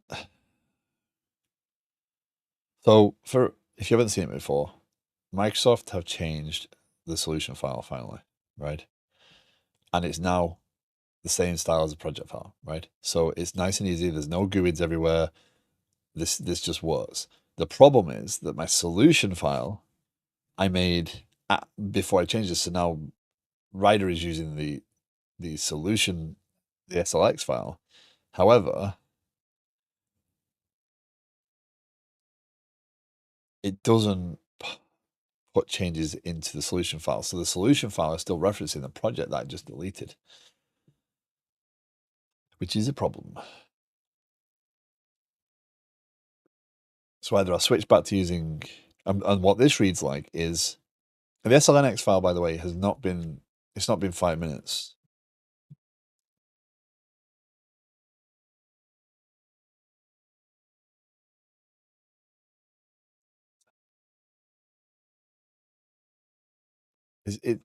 It's been around. See how it condenses this down into this?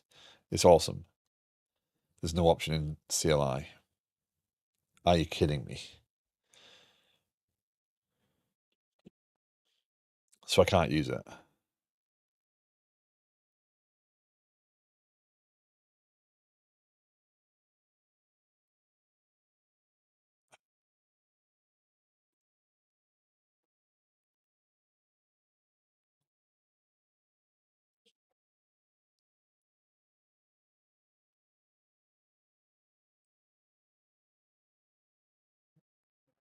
Yes.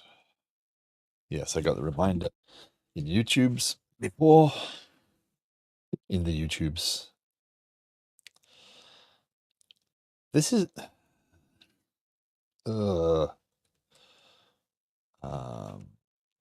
.NET build without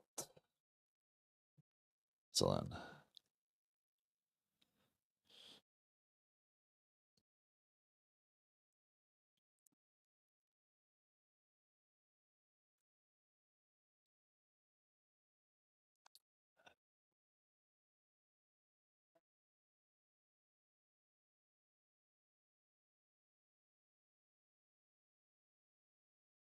Nope. So by default, that will build the first SLN file it finds. The problem is the SLN file I'm using is bad. Ugh, how do I switch over? There's a way. I have to use SLN. CLI tools. That's upsetting. Or I need to find a way of synchronizing. Uh-oh.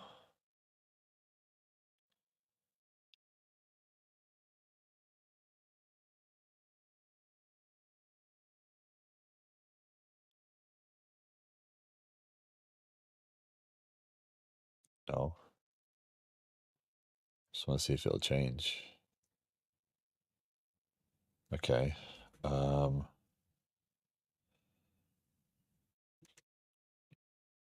SLN file to remove client. Yes, I did just do that without actually validating that it removed the client, but it's fine. haven't used the solution format yet, otherwise I tried to help out. No, it's all good. I mean, it's finally a readable solution format and an easy to produce one. The problem is that the CLI tool doesn't know how to read it yet. So the only way of doing that is to build the solution every time. If I change this, I'm going to break the build unless I remember to do the SLNX. So what I'm going to have to do is remove the I can't say it, SLNX file afterwards and open the project from the solution file in future.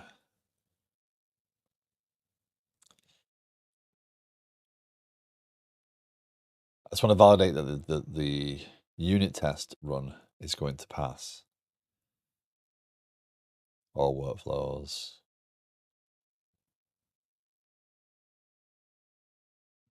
Okay, what did you fail on? You failed on logging to the container registry. That's okay.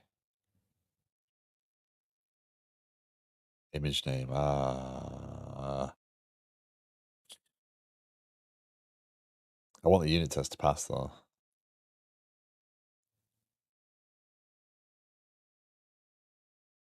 Yes.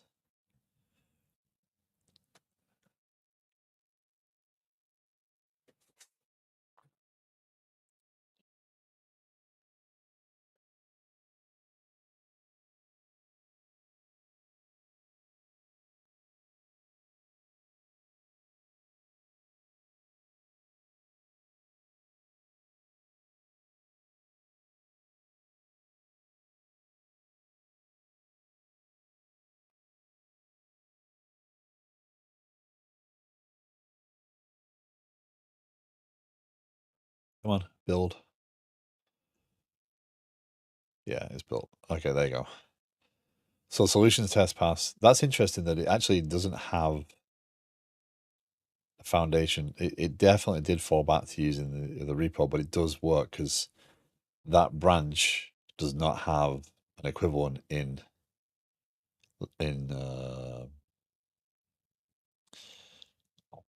foundation.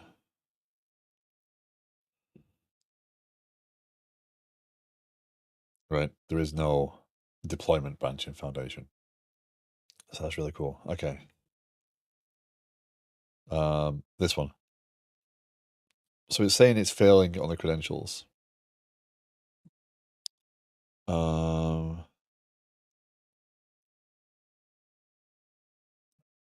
Interesting that it failed. No, Docker login. Env registry. Oh, I kind of removed that, didn't I?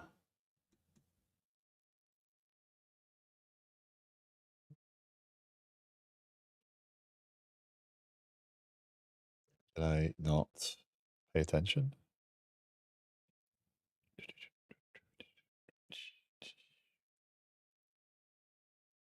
What?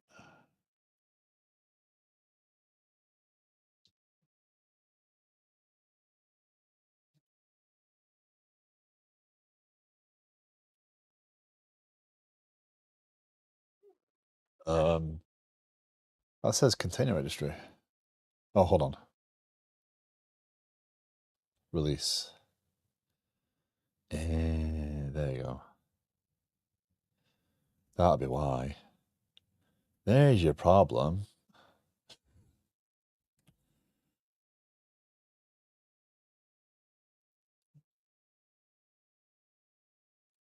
We were using the wrong version of the CI of the package.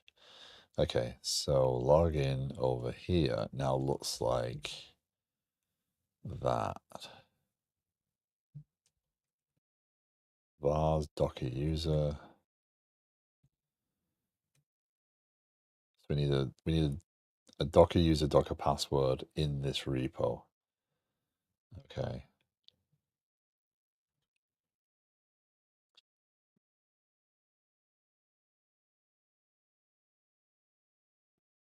So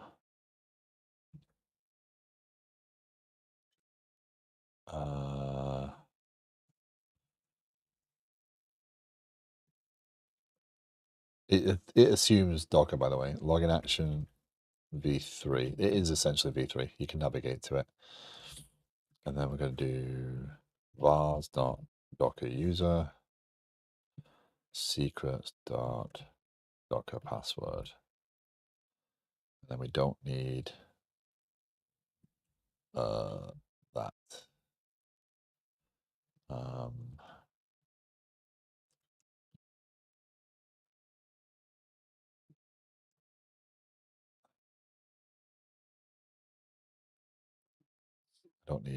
I don't need comments everywhere.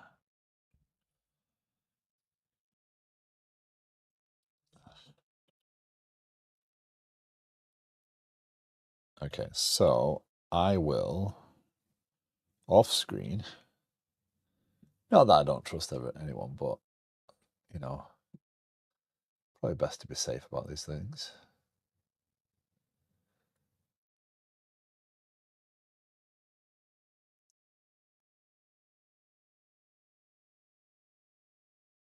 Voluntary settings.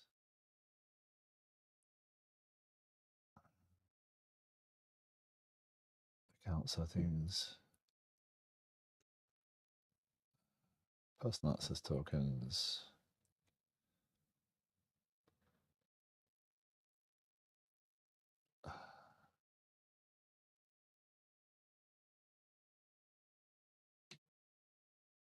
Okay, so when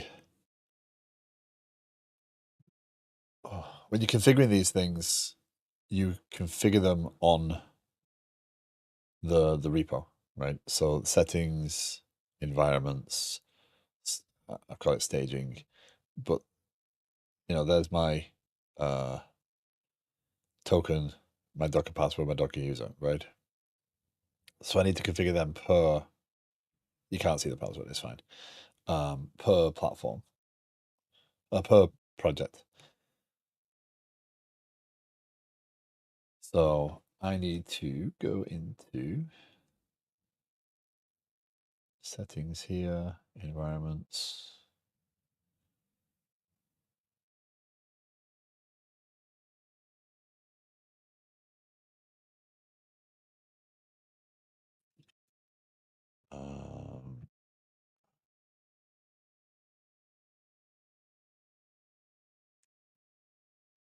Okay, so we're going to configure that to be allowed, and then this is going to have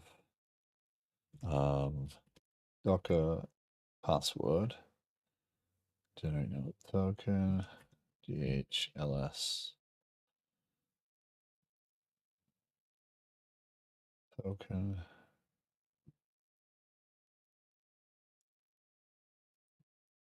Save it on screen.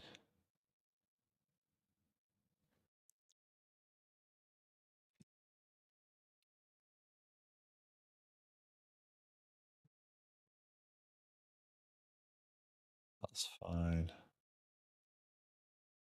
Yeah, that's the wrong one.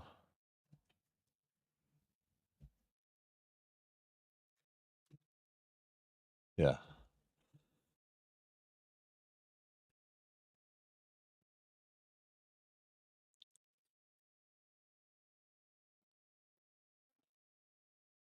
If you manage to see that, then it will do you nothing because it's deleted. It's the token I generated for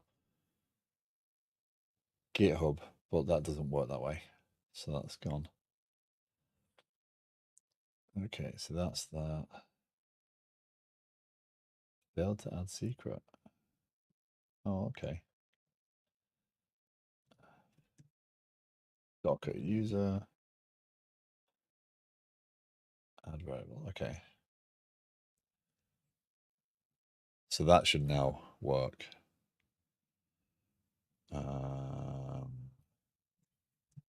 Update Docker Hub login with credentials from environment. Okay. Hey, I know you're probably signing off soon, that I would miss you. I'll say to drop my elf on to PS for trading. Happy Monday.net conf week to all. Actually, longer stream. I do not have to drop immediately. So I'll be around for a little while longer while I get this working. But Napalm, thank you very much for coming in. And yeah, .NET Conference Week. What fun shall we find? What fun will we see this week? Yeah, day off work today. So I don't expect I will have many veterans watching, but thank you if you are.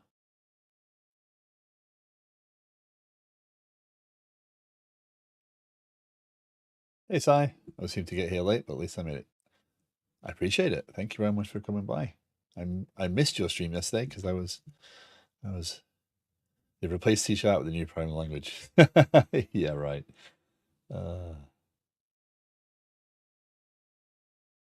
is it called Basic? Cobalt on that.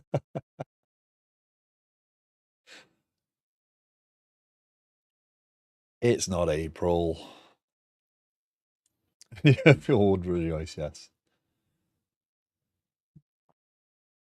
Okay, so we should have pushed that.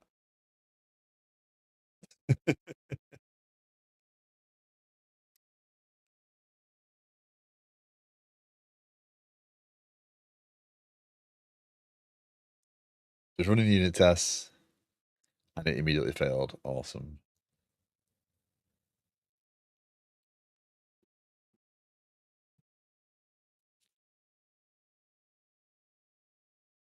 Huh? But I fixed it.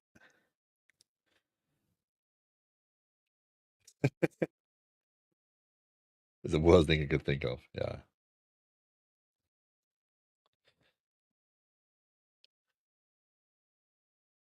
So, Sai, do you have a link to Momentous yet? Do you have anything for us to check out? And I saw you working on the UI the other day. Is it still a work in progress?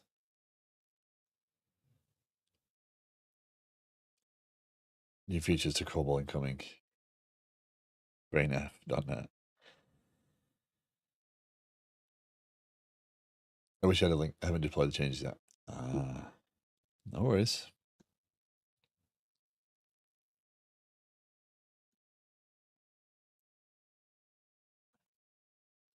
I'm trying to deploy.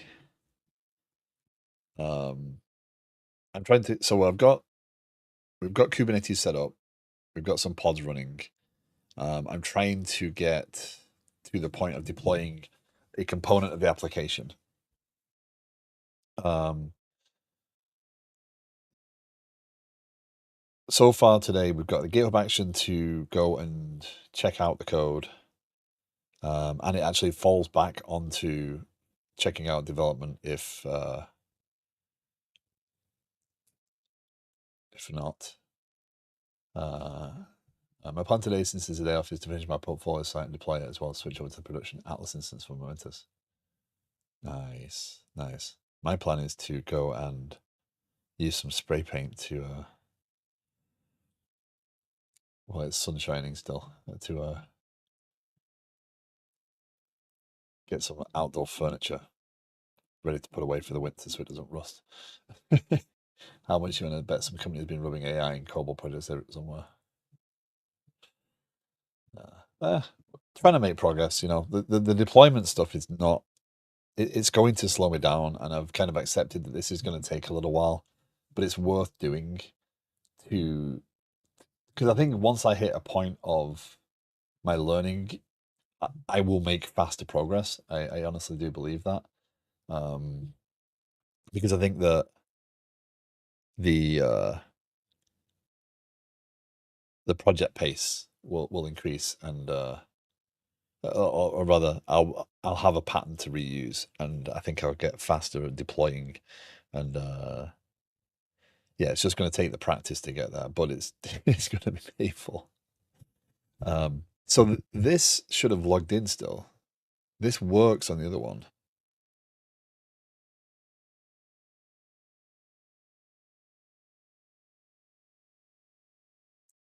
Uh, Although saying that, what did I do on the other one? I did Liquid Sky and G workflows, release, package, Docker IO. That's why. No, that's not why.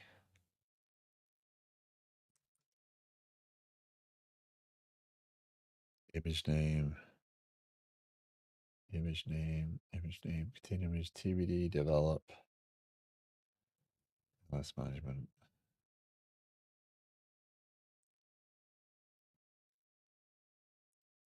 Hey, Patrick. Going okay today. We'll hopefully be making some progress before the end of the stream. A bit longer today. Not too much longer, but oh, and that's the wrong name as well. That doesn't work because that's going to be TBD develop. Oh, by the way, irritatingly, I have TBD hyphen develop on everything else except Docker, where I removed the hyphen for some reason. So, yeah, or Docker doesn't allow a hyphen. I don't know, but I don't want to change it at this point because that would be way harder. But that shouldn't. Personal access tokens. Access tokens. Let's see. It should work. Now, the reason it wouldn't work would be that's foundation, that's NG. The reason it wouldn't work would be that it is. Did I close it down? Did I open it there? Update. Let me move that back over there a second. I'm going to go back to settings. So you can, when you set up an environment, you can set which branches it applies to.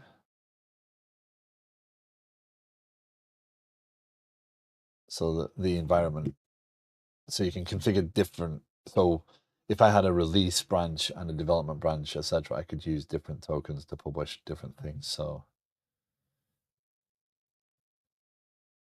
I could set different environment variables as well, right? So I could use the entire configuration. But I'm saying that it applies for feature application deployment branch. I've got Docker user and Docker password. Docker underscore user, Docker underscore password in the secrets. Yeah. Going to make the pitch to our DevOps hour today to start looking into Pulumi over Terraform. Nice. Nice. I'd make sure that none of them are aware of my stream, otherwise it'll make it look way harder. Update package path.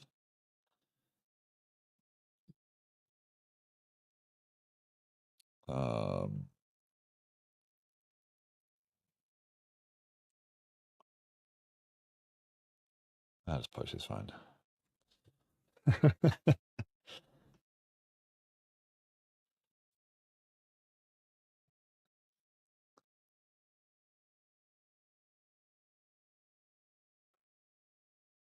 So let's go back to actions. Well, the good news is the unit tests are passing.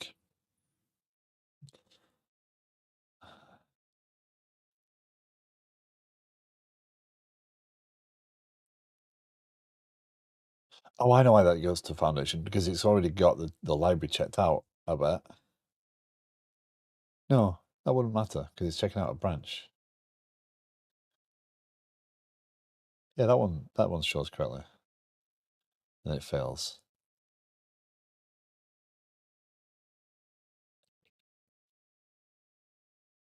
Interesting.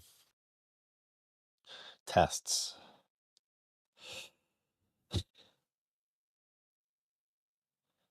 Not used. That's fine. Run Docker login action.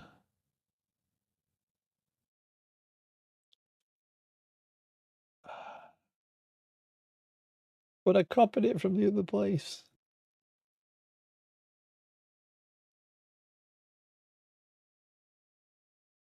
Images.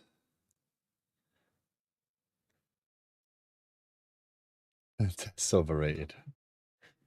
So there's not that many tests in Liquid Sky so far compared to what the code does. There are a fair chunk, right? That's 333, if memory serves. Yeah, 333. But I try to add them when I can. The problem is doing it on stream.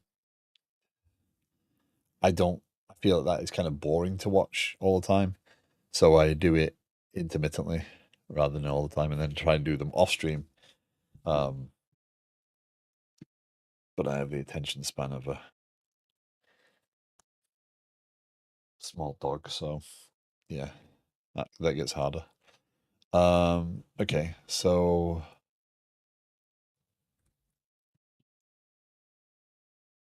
it doesn't give you IOS, it doesn't give you support, but this isn't the problem. This is the problem. So why is this not logging into Docker? So without a registry, it should be, because when this was GHRC, RCR.io, that's fine, but that's the registry. That doesn't matter because it's a Docker container registry. It's going to assume Docker.io.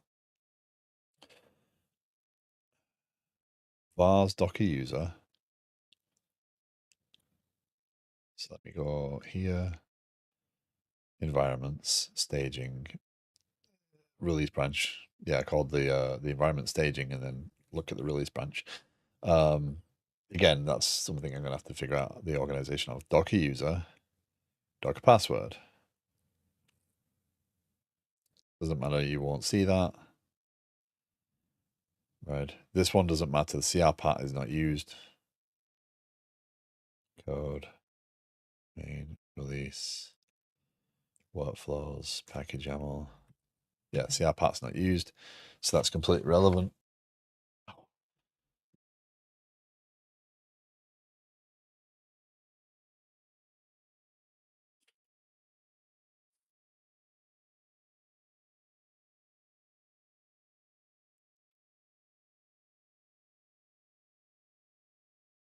Wonder if that shouldn't matter because that's for G.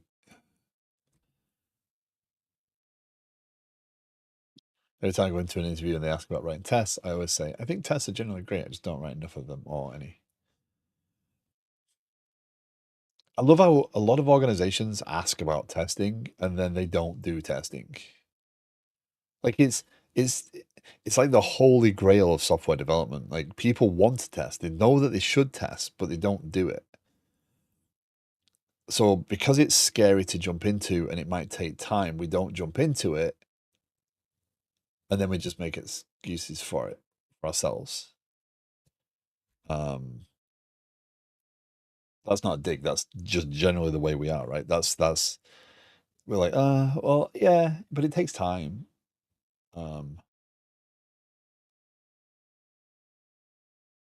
It's the first shop I've been at that provides runway to do integration tests. Been writing.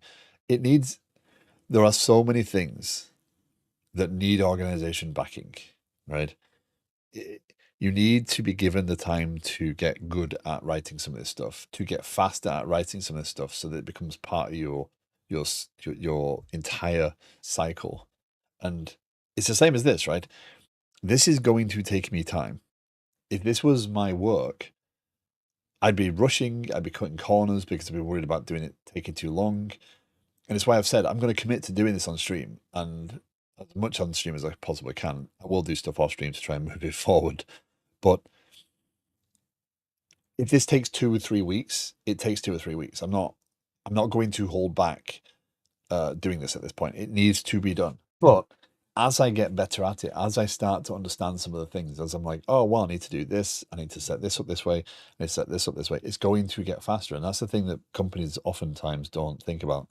Well, they think about it, but obviously, if you have to take a month to divert and get your developers to start adding tests, then because you got to train them. It's not just about writing tests; it's about writing tests consistently and in a correct style for the team.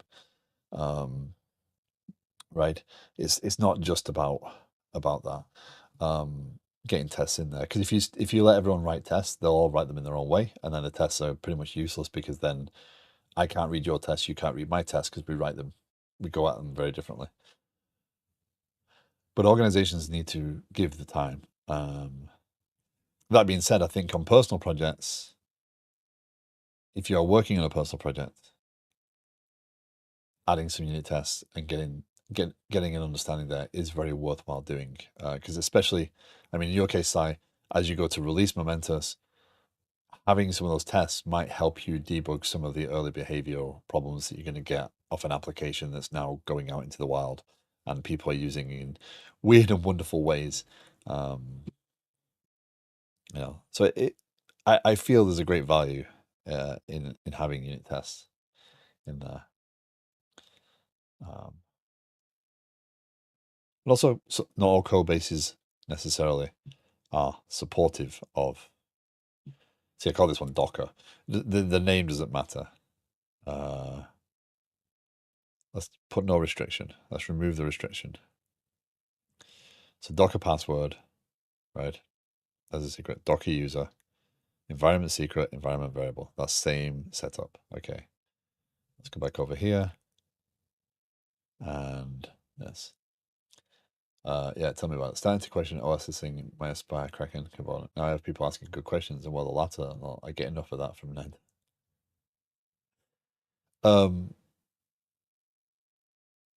If I decide that Liquid Sky ends,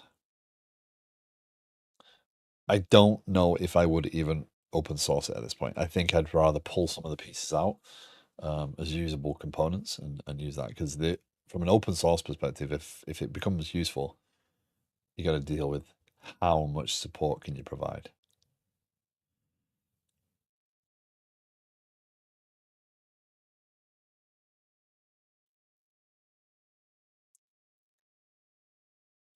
Okay, so how do I know? This is funny. If you say explain the error, it goes, whoa, you need to enter a username and password. I worked at this place and the deployment process was stop web server, copy the current web application folder and archive it, replace the current web application folder with new code, restart Apache, log into the web application, deployment done. Have a good one, Napalm. Thank you very much for coming and hanging out. Take care. I wish I could say that I've never worked that way, but yeah. Not uncommon.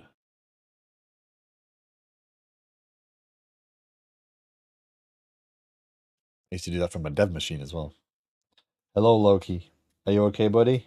Is it that time already? Is it time to say hello? Yeah. Hello. Hello, my friend. Hello, bud. You're going to say hello to the stream? Yeah. You want to say hello up there? You look up there. Look up there. Look. See? Yeah. Really? We're going to sneeze. Oh, thank you. The time for exercise. Thank you, One. I'm going to go for a little while longer and try and figure. Ow! That's my head. That was my head you just punched. I'm giving you cuddles. Yes. I know. I know. Okay. Should we take a break? We'll take a quick break and come back. How's that sound? And then you can go outside and cause chaos. Yeah, you want to cause chaos? Okay. Okay, I'll be right back.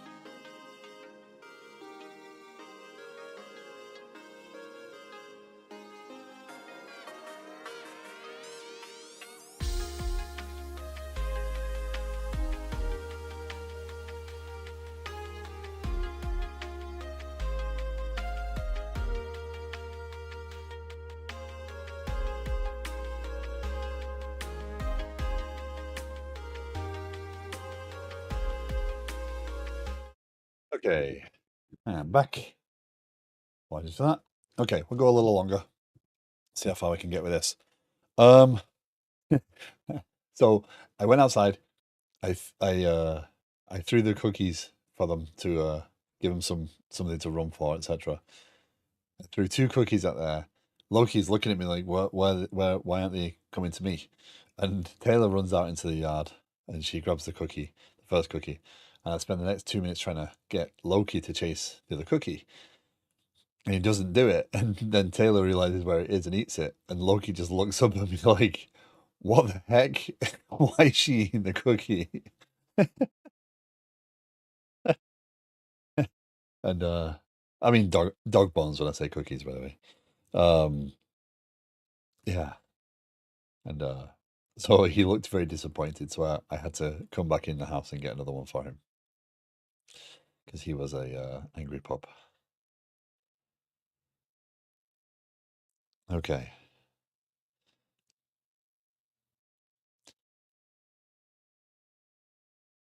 So let me test.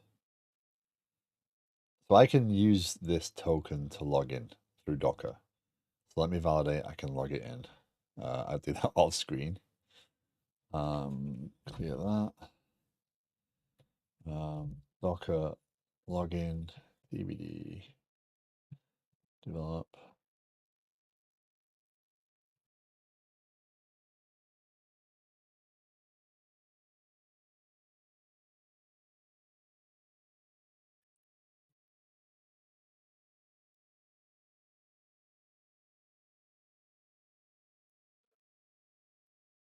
Docker login DVD develop dash p.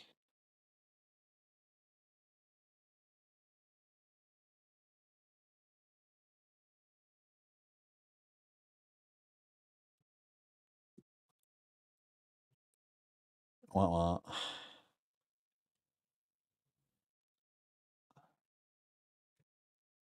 So when you create a new pat,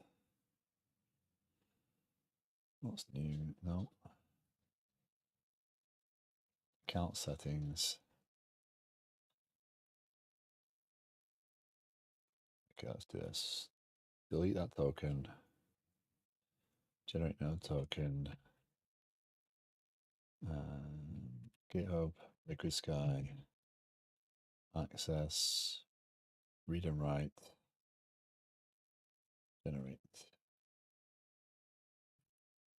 Gotcha. Okay, so now, no, I don't want to open that. I am so bad at clicking the wrong application to open.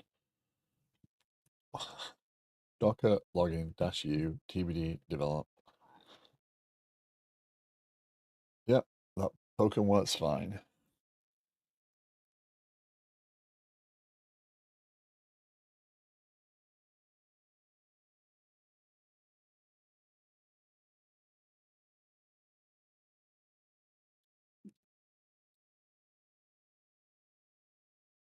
Okay, so let's go change that token now. So let's move this back over here because I can't. Because you get read write, I can't risk showing that on stream. If I do, I have to delete things very fast. Not that, not that you can't be trusted, it's just I can't have that on a VOD either. Oh, we now have to do is get up mobile to. I suppose that makes sense. So if for whatever reason you manage to get into my account on my machine, to change the token out, so if you wanted to change the token to something you had control of, it would ask for authentication. That makes sense. Okay. Actions. Okay. Rerun jobs. Rerun failed jobs. Enable debug logging.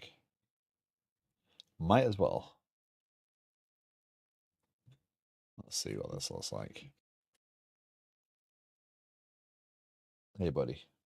No, we're not jumping up on me today, okay? You've already sat on me once today. Good boy.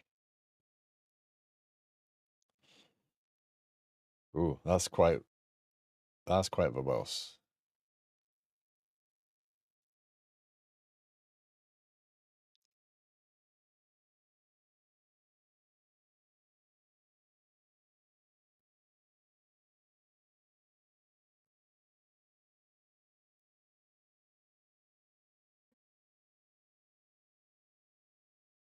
Log into the container registry.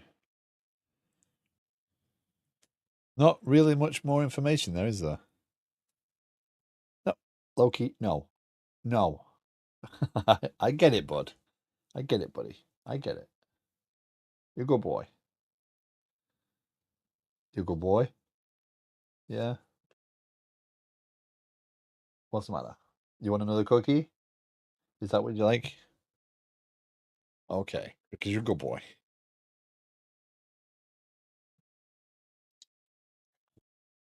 Yeah, you have to get up by the tail. There you go.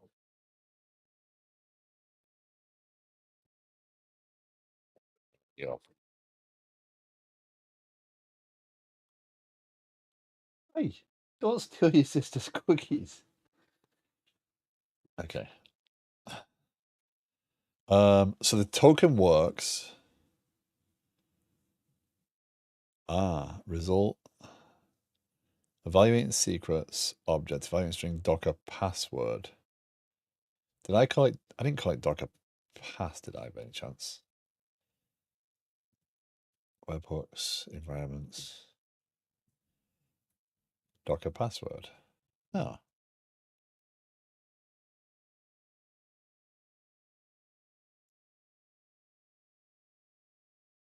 Docker user, Docker password.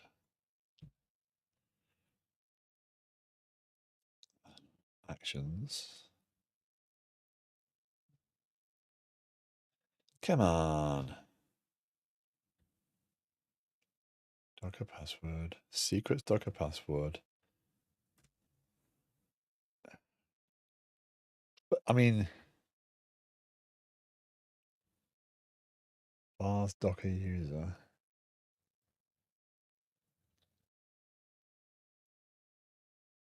Is that saying it doesn't have access to them? Because I'm getting nulls there.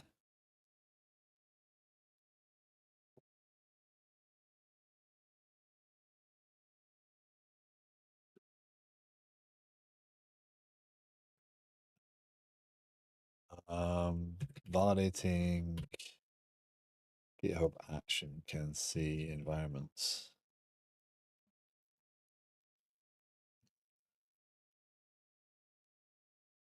Like it would be good if I could. Whoa. It'd be good if I could capture. Like, wow, that was not a good site to go to. Nope, that was not a good site to go to. That was a very bad site to go to. Bitdefender was not happy about that one.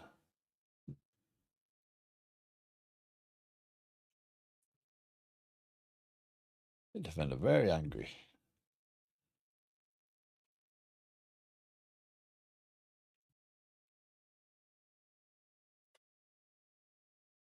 Oh, that's not good.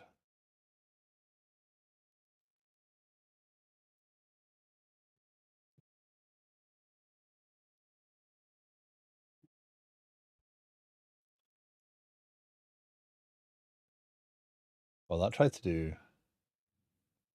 all sorts of nasty stuff.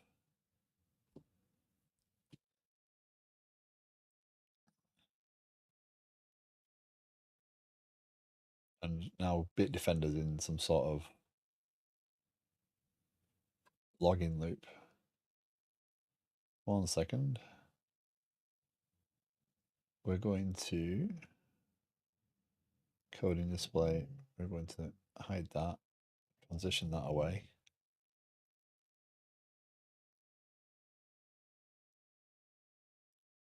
We want to exit that.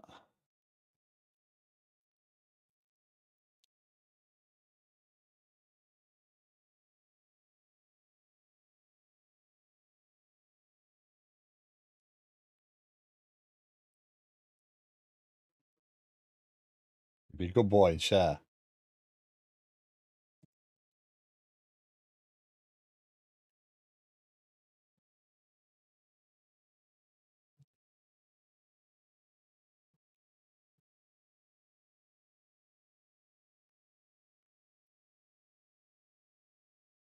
Oh, wow.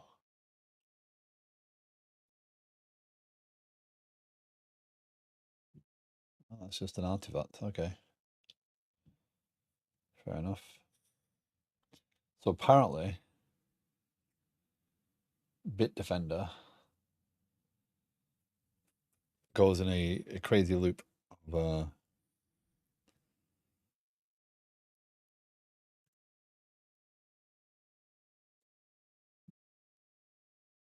telling me that XSplit can use the camera. So it's a wonder that doesn't run out of memory. So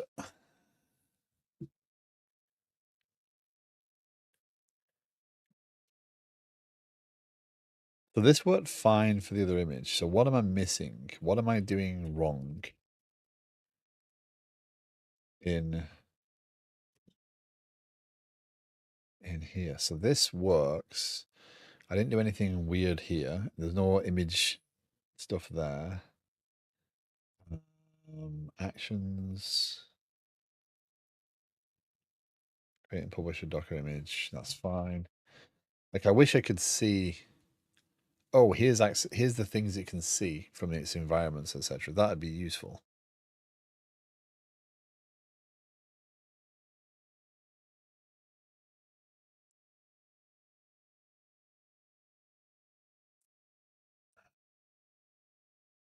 Oh, hold on.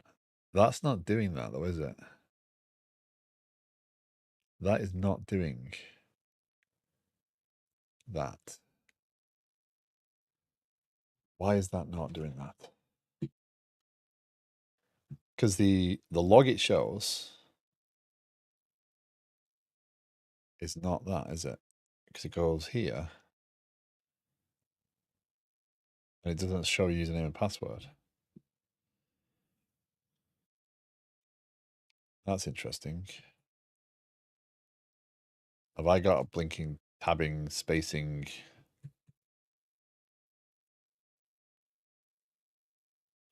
challenge on my hand? Because Fleet is doing a pretty good job of highlighting discrepancies in this file. Did that change anything? Is the question. No, that yielded no change.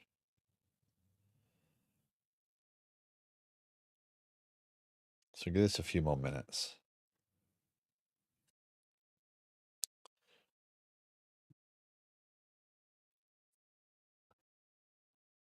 So what I need to do, I need to get this to build and push the image. Once I get the image built and pushed, I can pull the image and figure out what configuration I need, because the application is going to need it, this is the first piece, right? So once this goes, I need to build this configuration file, this app settings file. I need to determine how do I build that and deploy that with the application. Yeah.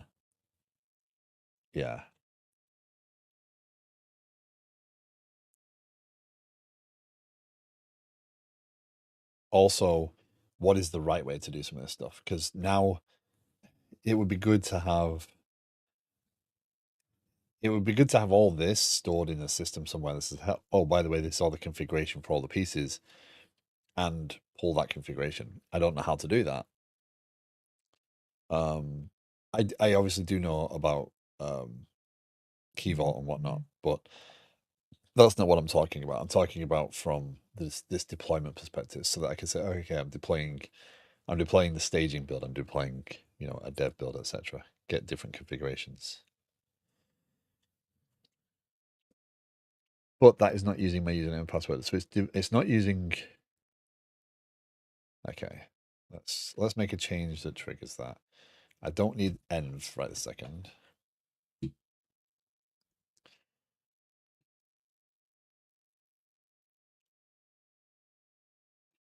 So steps, get the current branch name, check out the repository, check out foundation. If that's failure, check out foundation development.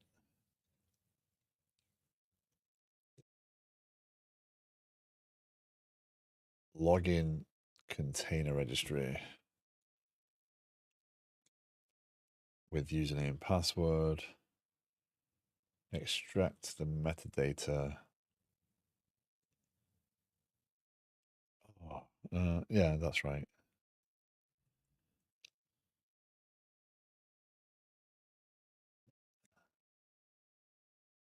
Hold on. Yeah. So is that the only thing that tells me what I'm going to push?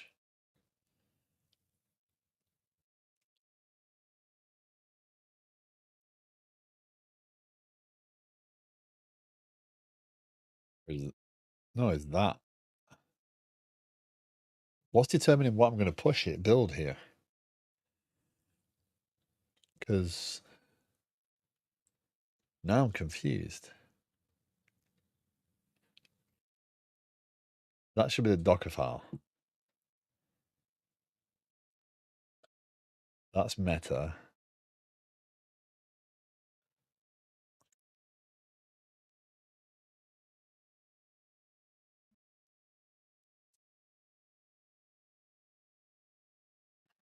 If the Docker, if the build succeeds, push the image to GitHub packages.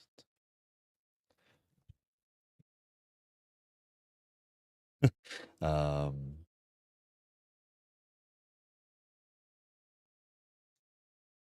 why is that going to work though?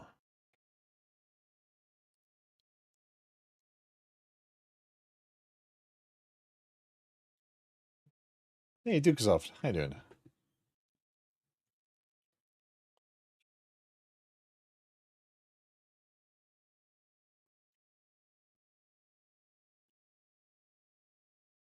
Had you got a stream up again the other day? Yeah, the drone footage. Yeah. I have to pull myself away. Um,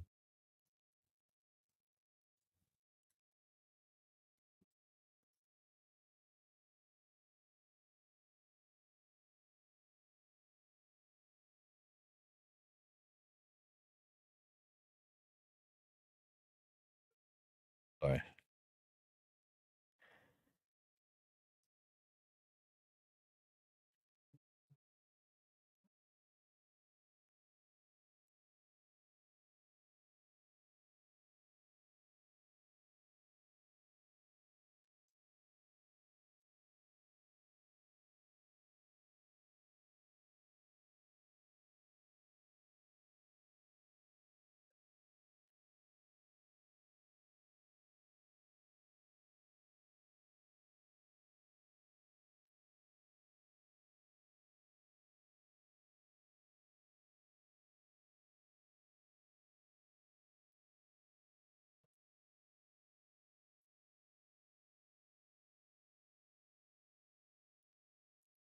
Okay.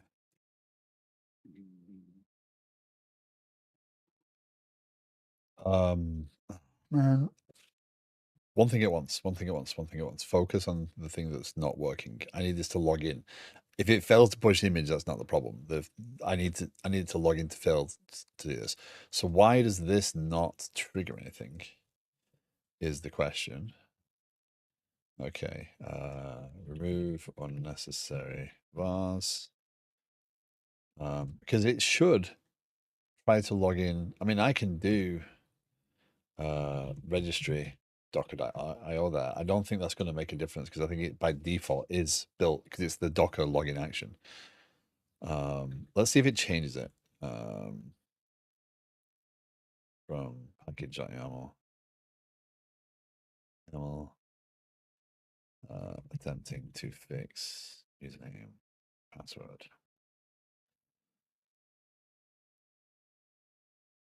Again, this is something that works on the other package, and this is a different token, but it's not even trying to use that username and password from what I can see.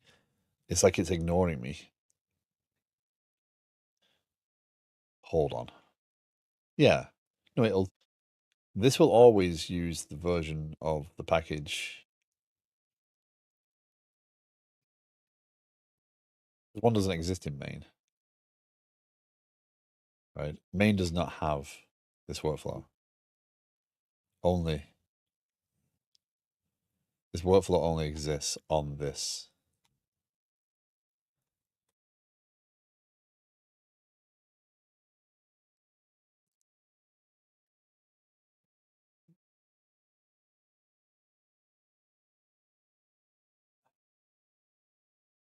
It picked up the registry.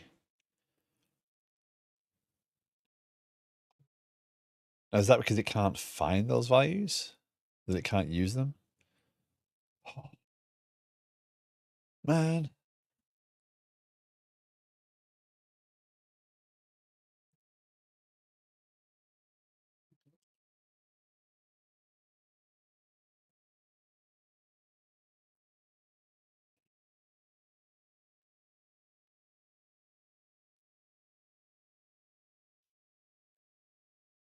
Let me check.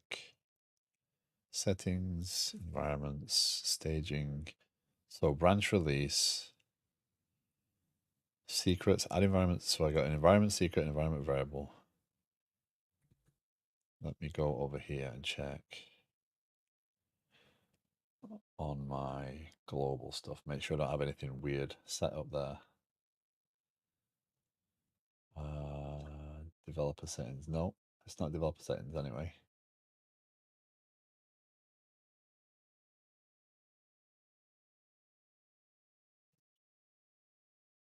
And no dots.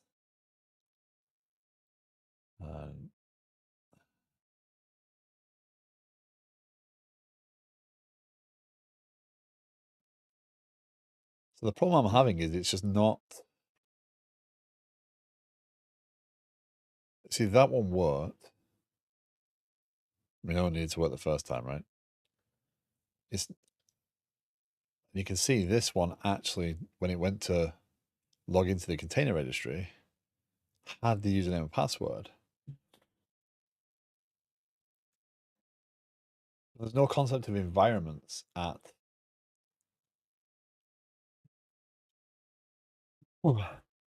Sorry. There's no concept of environments at the top level anyway. So it's not like it could be there.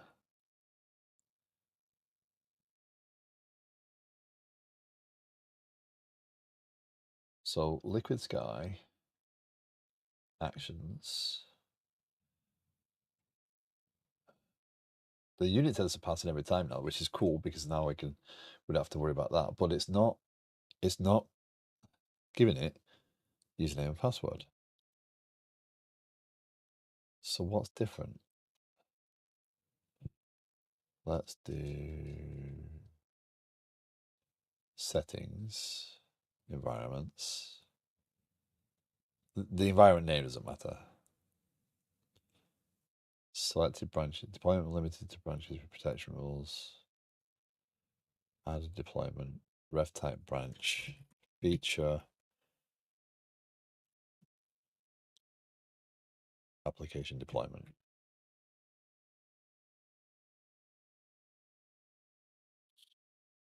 Currently applies to one branch. Docker password, Docker username, environment variables. There's no other environment anything I can add.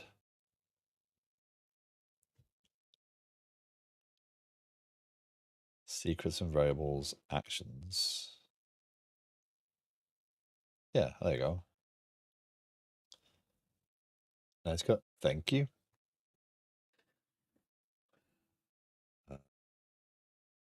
LS workflow path, Docker password, Docker user, right?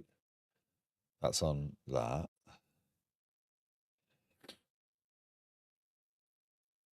Environment variables, environment Docker.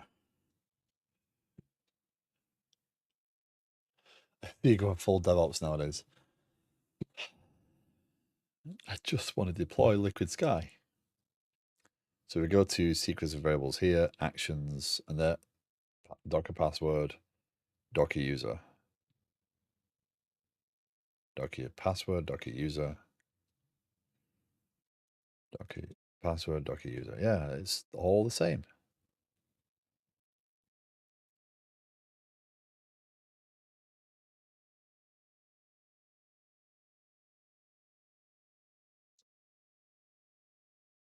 Hello, Luke. You okay?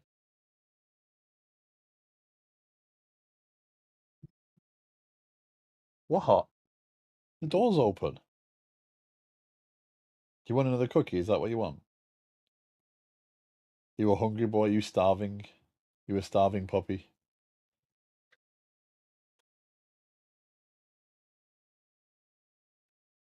There you go. Go on, go play. You're not you're not sitting on my lap now. Does the environment matter?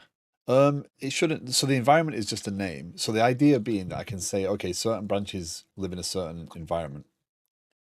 Really? Thanks. Um, sorry, that was not very nice to do down to the stream. So certain environments, certain branches live in certain environments, right? That's how you can do that. I call this one staging. The other one's whatever. So this just picks up the release branch and allows these variables, and that worked here, right? So I have a release branch here, and this workflow is the one that got picked up, and this works.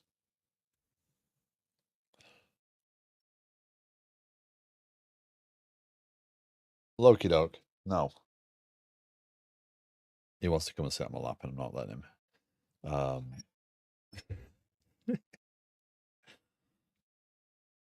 No, no, you be a good boy.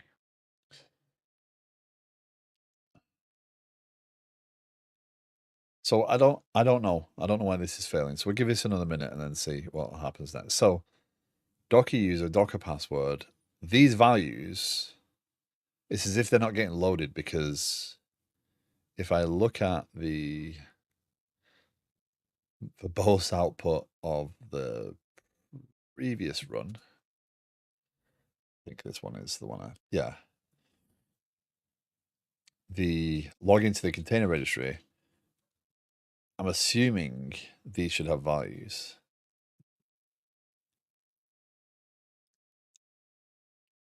Now, again, it would be nice to say, okay, let me know that what variables will be available for this particular branch.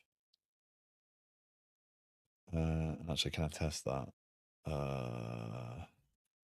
GitHub Actions, what variables are visible to a branch? What?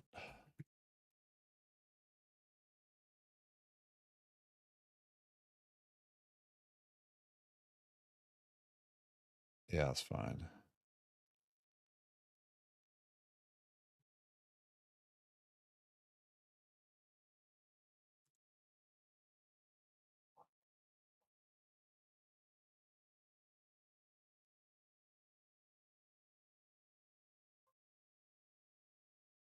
It's fine.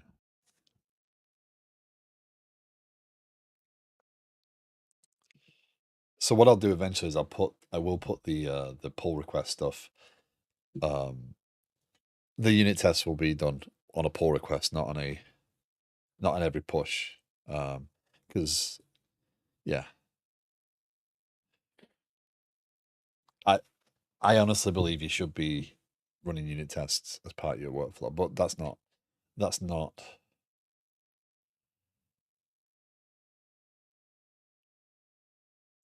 environment. Yeah, but I don't need these environment variables. Well, I'll tell you what. Here, we do this. It won't make a difference, though. That's the problem. Because I can't do, even if I do env docker user tbd develop, which I don't think that needs. Does that need a string? What's the worst happens?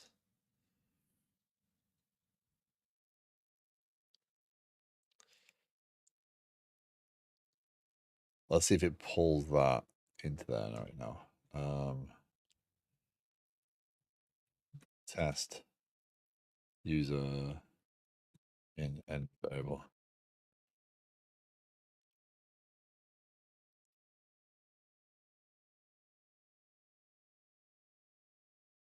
That would be var.docker user, so that should give me a username. I want to see that it changes something.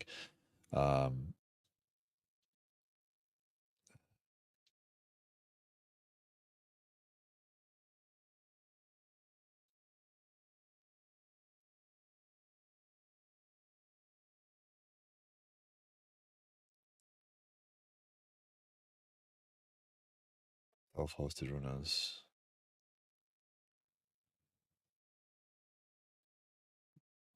Find self-hosted runners. I'm not. I mean, right now this is what is a runner in this context?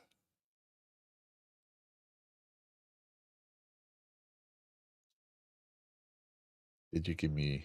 See, it didn't even. Docker user TBD develop. It didn't give me the username.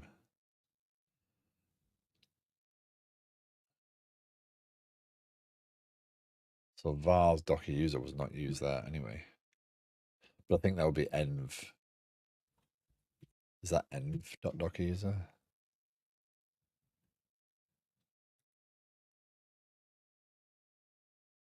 Let me see if there's a difference in that. No, it is vars. That's right. So this is a Docker login action that I'm using.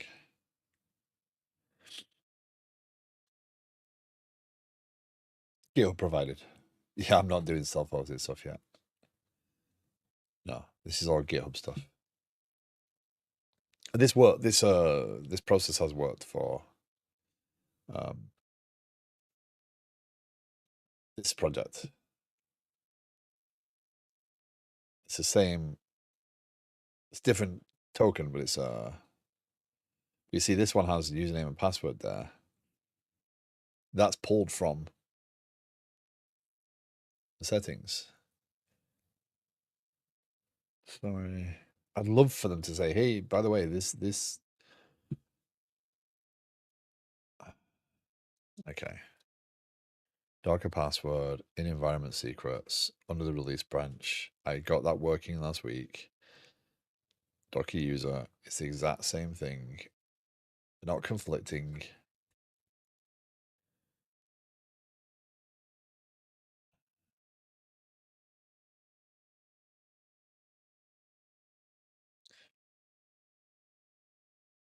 Reference that that YAML file, workflow file is this.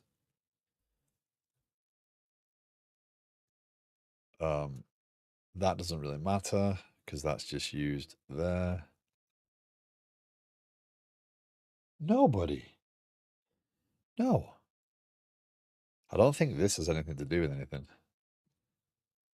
That's the one thing I removed, isn't it? Environment. Oh, I'm an idiot. Look, environment. You've got to specify the environment.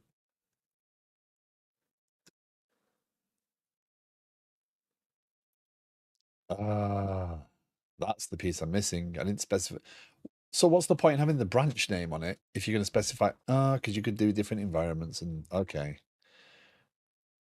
You just limit certain branches to be able to access. Okay, it's a security thing. So even if you ow, knock it off. That wasn't nice. Punching me in the head. No, that hurts. No, go lay down. Go lay down. It's got a punch in the head from a dog. There we go. You are not coming sitting on my lap. No, go play.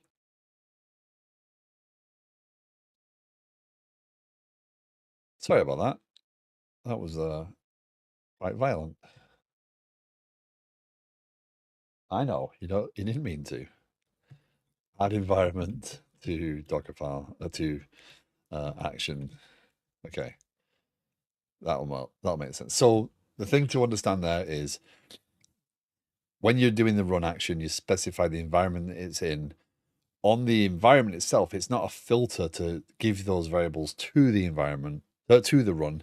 It's a filter to avoid you, to limit, allow you to limit, so someone can't just create a workflow file and reference a set of variables that are in. Makes sense. Yes, right now they do. Well, this one, yeah, is on a push of the branch. Ultimately, it'll be on a different event. I'm just doing this for testing. This one I'm going to have to refine to only be on a push to a release branch or something for right this second.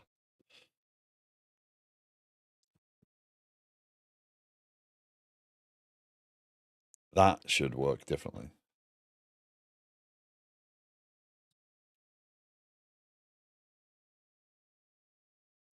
Oh, look.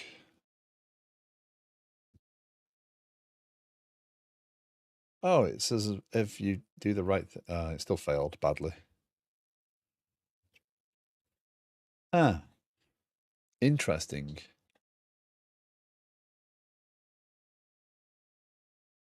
These job runs, if someone pushes micro commits, it becomes annoying. You wait on that. I'm not worried about that piece right now being I'm the only one doing it. But this, okay, this did the same thing locally. So that gives me confidence that there's no difference between the two things. Okay. But the login worked.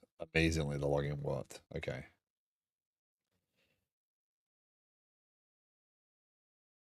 Yeah. So I'm thinking that what I want to do is, so don't you start now? What? What? What? You starting now?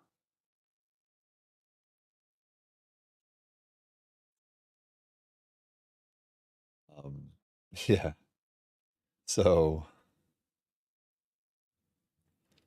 yeah, I'm gonna have to learn more about the actions, what the events are gonna be.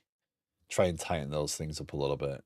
Um, right now, I just need this to push. So the one thing I wanted to validate with all that, with the last 2 hours of tinkering, right? What I wanted to validate is that the local attempt I made, so Docker build dash T,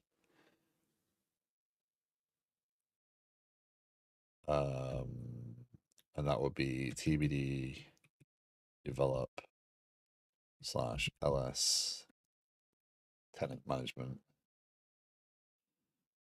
right? So if I want to build that image locally, I get the exact same problem, right? So why does that .NET Restore? Is it a particular problem with that one, or is it a particular problem with everything? It makes it look like it's just that one, and it's source tenant management infrastructure. Source tenant management infrastructure. Tenant management infrastructure.cs proj. Not found. So failed to compute cache key, failed to calculate some. Check some of ref. Why is that a problem?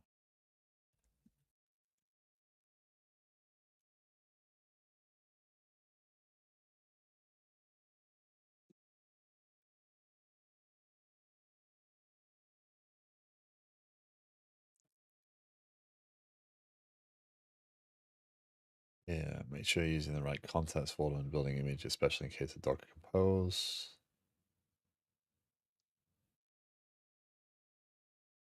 Oh, hold on. cd dot docker build dash t tbd develop ls tenant management dot slash source slash tenant management. I'll see if that changes the behavior. No. Wondered if it's because I'm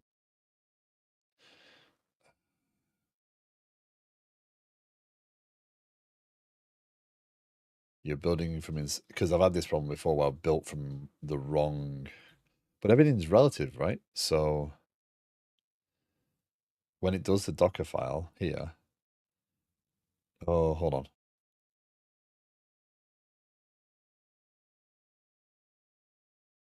Yeah, it is relative to Liquid Sky. Yamalenko, thank you very much for the follow. I appreciate it. Welcome in.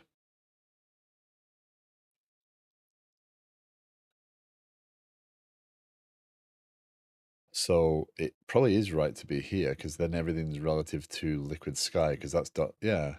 So is that just I need to do I have a context? Do I set context? Or is it relative? Is it the path I'm building?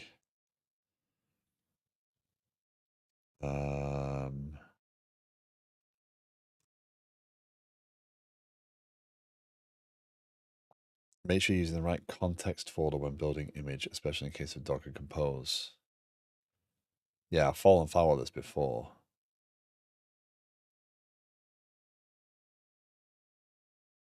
We'll check your Docker ignore. Yeah.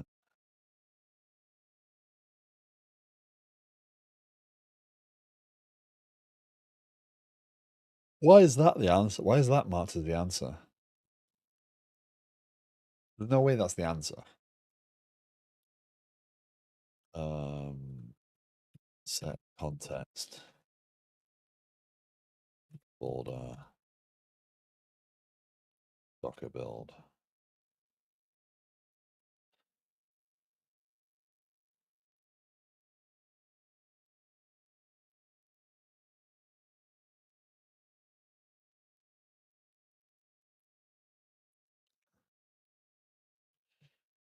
Docker build. Relative or absolute path to a local directory, remote, plain text. Right, but I need to give it.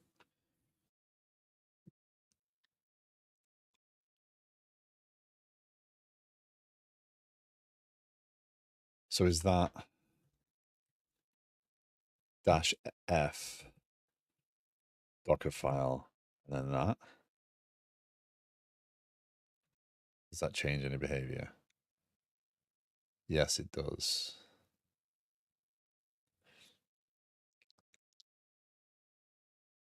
And that fails at foundation.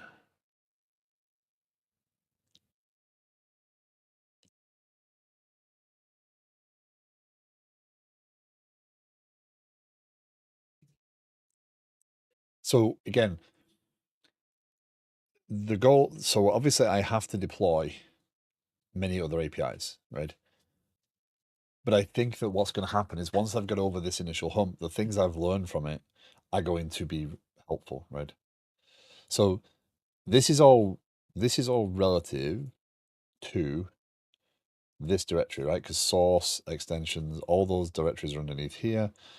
Foundation is above here, right? There's foundation.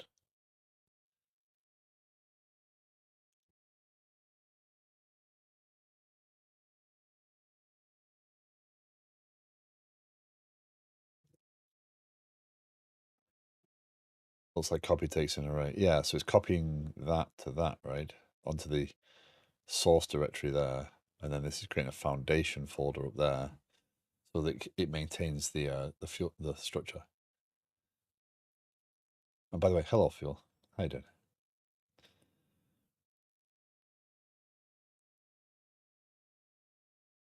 Source tenant management. I don't think that's going to work right, but we need to get beyond that first. And I have fallen foul of this before, where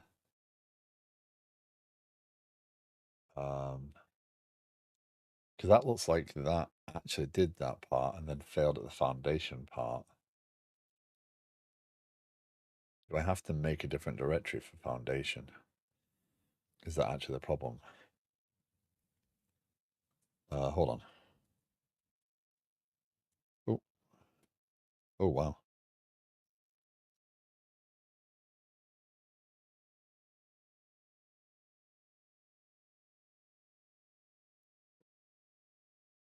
Go play, bud. Go play.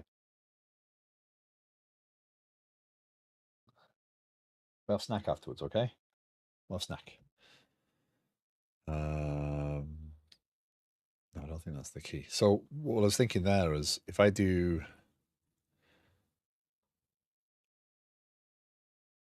what the hold on. If I copy that to there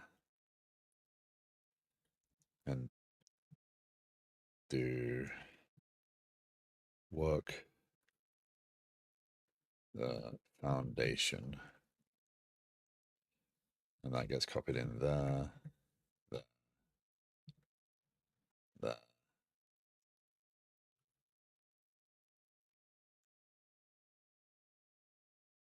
there. I still think this will be low-key, no. Really, but really, dog. We got a bit of a tooty bum. Really? Um, let me see if that changes again.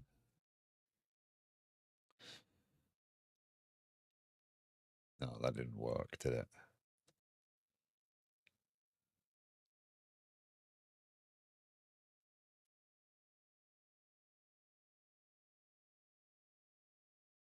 Foundation source not found.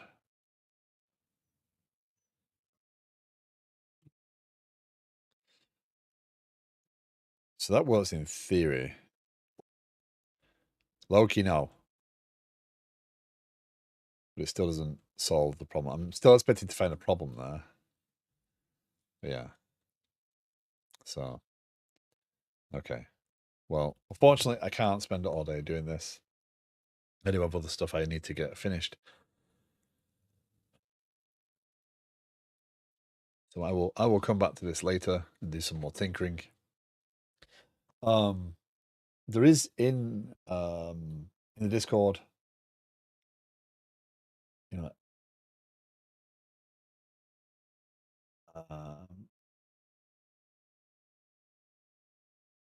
sorry, just got slightly distracted by looking at something then. I shouldn't. I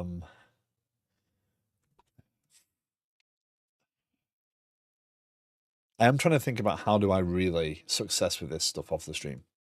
And I'm trying to think about how to lay that out in the Discord as well. So there is a Discord. If you are interested in joining, you're more than welcome to. The links are in the cards below the stream on both YouTube and Twitch. Yeah. I am going to continue trying to work on this a little later, post lunchtime, and see what I can get done. But the goal is to get this one piece working, right? So if I can get tenant management publishing, what I can do there is validate the database. I can then sign up a new tenant. I can validate the workflow with Auth0. And once those things communicate, that means Kafka's working. Or we get Kafka working, we get the Vue database set up next. And, you know, the Vue should be just as simple, as getting the Vue components in, running the database scripts and seeing how we go. But once that's up and running,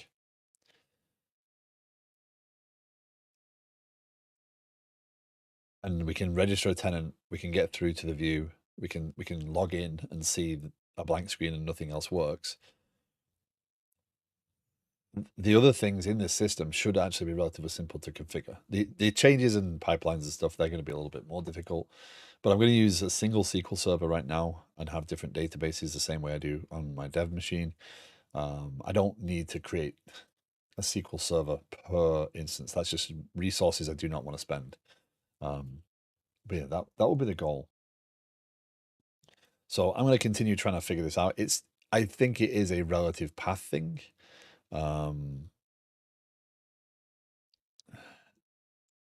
That definitely changed the behavior. Does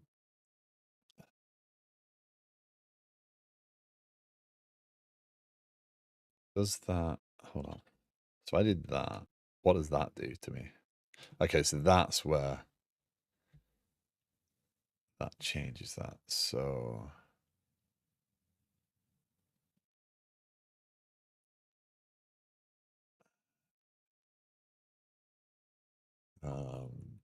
Docker build.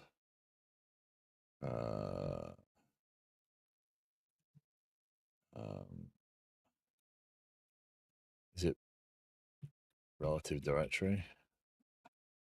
I don't know what I'm searching for, so I'm going to learn more about. I mean, it looks at the period, yeah. The context of the Docker will be switched to the parent directory and accessible for add and copy. Okay, so it's the directory you're running it from. So it is. I do want to run it from the Liquid Sky folder, and that is what I want to do. But yeah, it looks like it trips over foundation. Let's just try something. I don't want to leave it be. That's the problem. If I don't have foundation in there at all, how far does it get? It'll fail to build.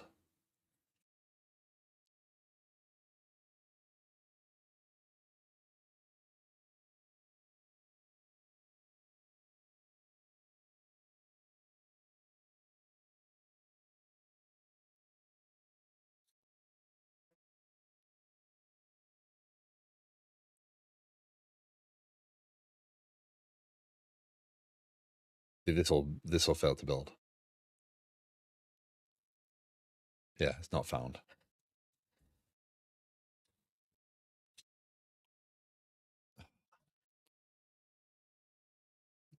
So what happens if I do? We paste that back in, but we do Liquid Sky.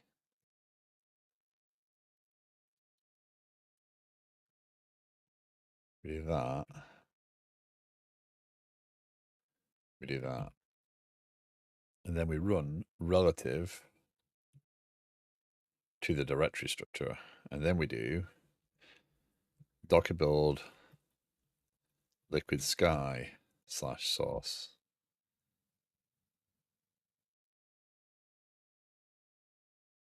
I think it has an issue going back up out of the relative, the local directory. Well, that was fun. DevOps group is very, we do Terraform, this is the way, but don't do Terraform modules, they're bad. Okay, so copy patch everything. So I can't have nice things. Yeah. Thank you for the follow. Isaf, welcome in. I can't leave this be. It's bugging me. I know enough to want to chase it, and I figure, yeah, an hour and a half longer on the stream is acceptable at this point. Why is that building load build context? What does that do? Oh,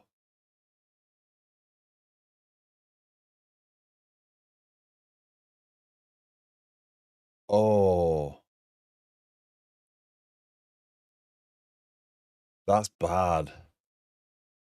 I don't want to do that, do I? Oh, is that what that's doing? Is that copying everything from that directory into?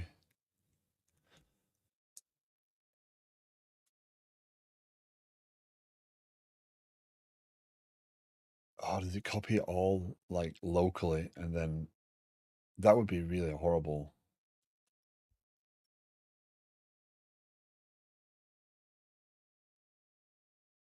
Okay. It's like we cannot scale if we literally have no mechanism for abstracting IaC and higher level concepts, codifying best practices like private networking, encryption by default, etc.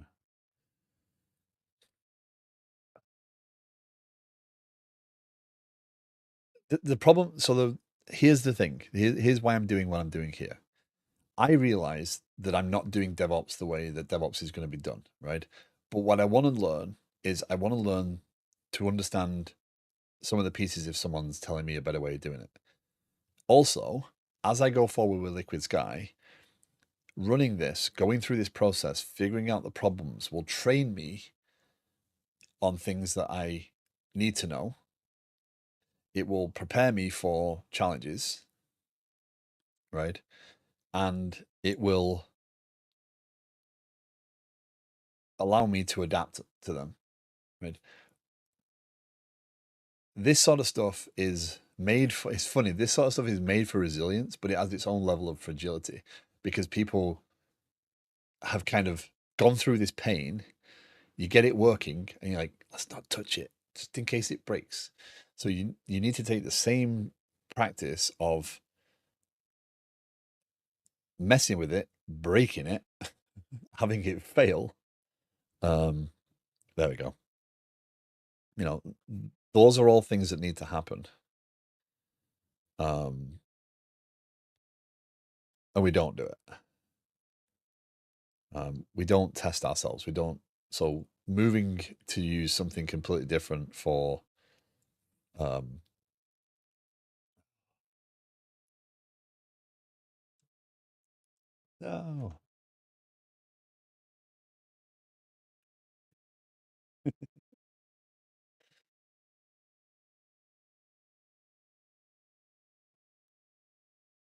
So if you're new to the stream and you are seeing this, no, I best wait on that, and I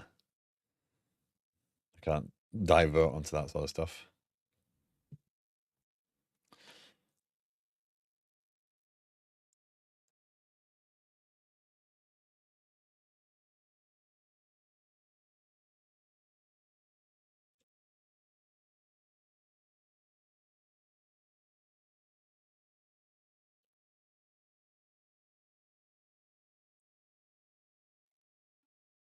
Program does not contain a static main method suitable for an entry point.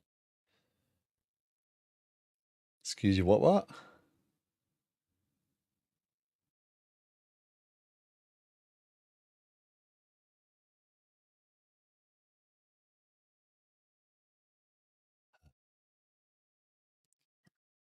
Okay. Well, ad's finished. Okay. So I'll just finish what I was saying with that. I feel that this sort of stuff is stuff that I'm best practicing now, failing at a lot, understanding as I go, being able to change it, not being afraid to fix it or to repair it, and getting really comfortable with the process of messing with it, rather than getting the application. And Milan recently posted something. He said he puts in CI/CD very early on into a new project, and I kind of see why now. And I probably should have started this earlier because it would have allowed me to understand some of these challenges sooner before I built. Because I still feel that some of this might change the way I build the application. I still feel that I might design things based upon how I'm going to deploy them. Fad Shalom, welcome in. How you doing? Anyway, it's such a strong an argument to say, well, don't use modules, they abstract away what's going on and make it difficult. But then if you have the same code everywhere and you have it update every repo when there's a change to it, doesn't scale. Also, you argue against fundamentals of the industry. Abstraction enables to move faster. Is your balance? Absolutely. Doesn't mean you've been burned by them. Don't use them. But a lot of people do, right? They get scared of changing things. And if things work, let's not mess with them. And that's what I want to get away from. I want to practice failure. Because I think if you are practiced at failure, success is easier, right? Because if you can recover from failure, you understand the system better, you understand how to change it, you're not afraid to fix things if they are broken, and you're allowing that time, then you should be practicing that.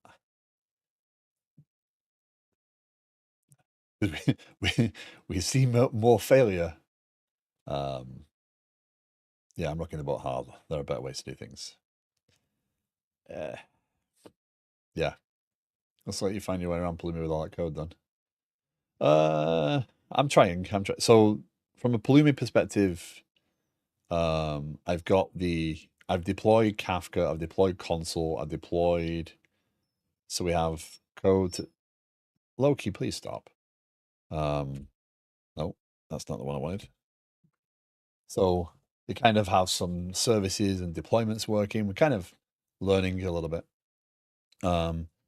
And now what I'm trying to do is get the image for one of the apps to work. So the application structure looks like this as a whole, and the tenant management piece is the piece I'm trying to get to deploy now. So yeah, that's the challenge. So that was really bad because what that just did is that pulled that entire directory in to build this and then still failed.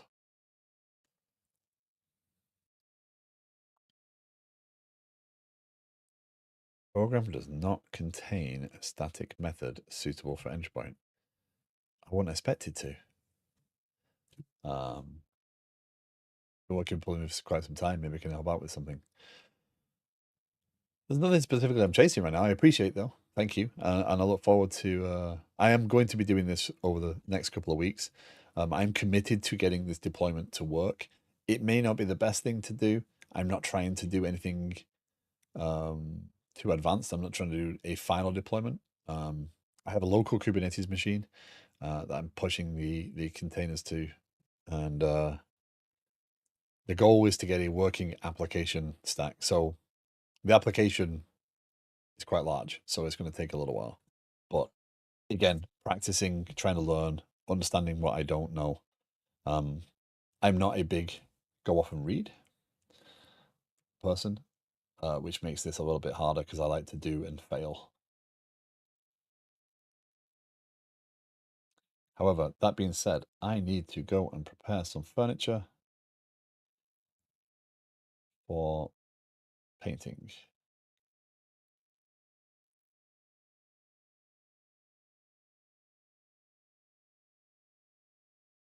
So,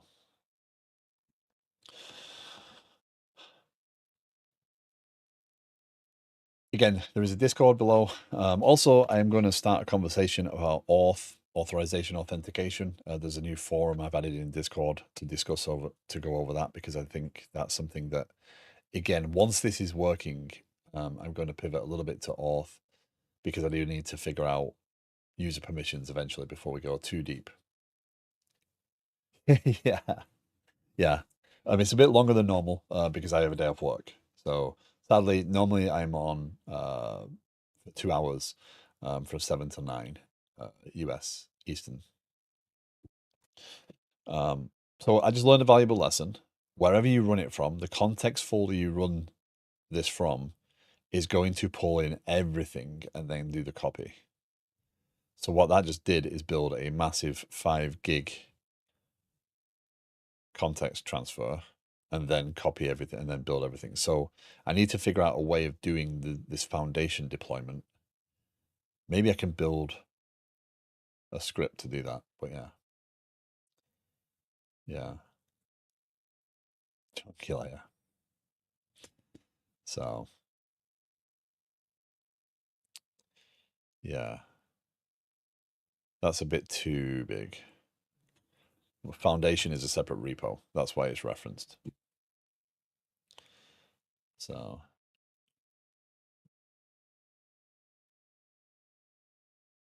we will persevere. Okay.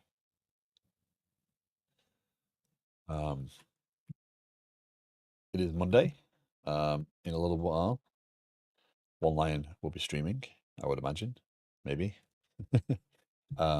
He's another .NET developer and an awesome one at that. His streams are recently covering more of his work stuff. He's been doing some very cool things with ETL stuff, some pipelines around extract, transform, load, where he's been taking some input files and manipulating them and combining them and calculating or whatnot and loading it into a common data structure, which is pretty cool. There's something weird with Docker which cache layers inside the image itself. That could be the reason why the image is chunky. In that case, in what I just did there, what I believe is, and I'm learning, I'm still trying to learn, right? So this is the folder that I started it from because I needed access to this and this.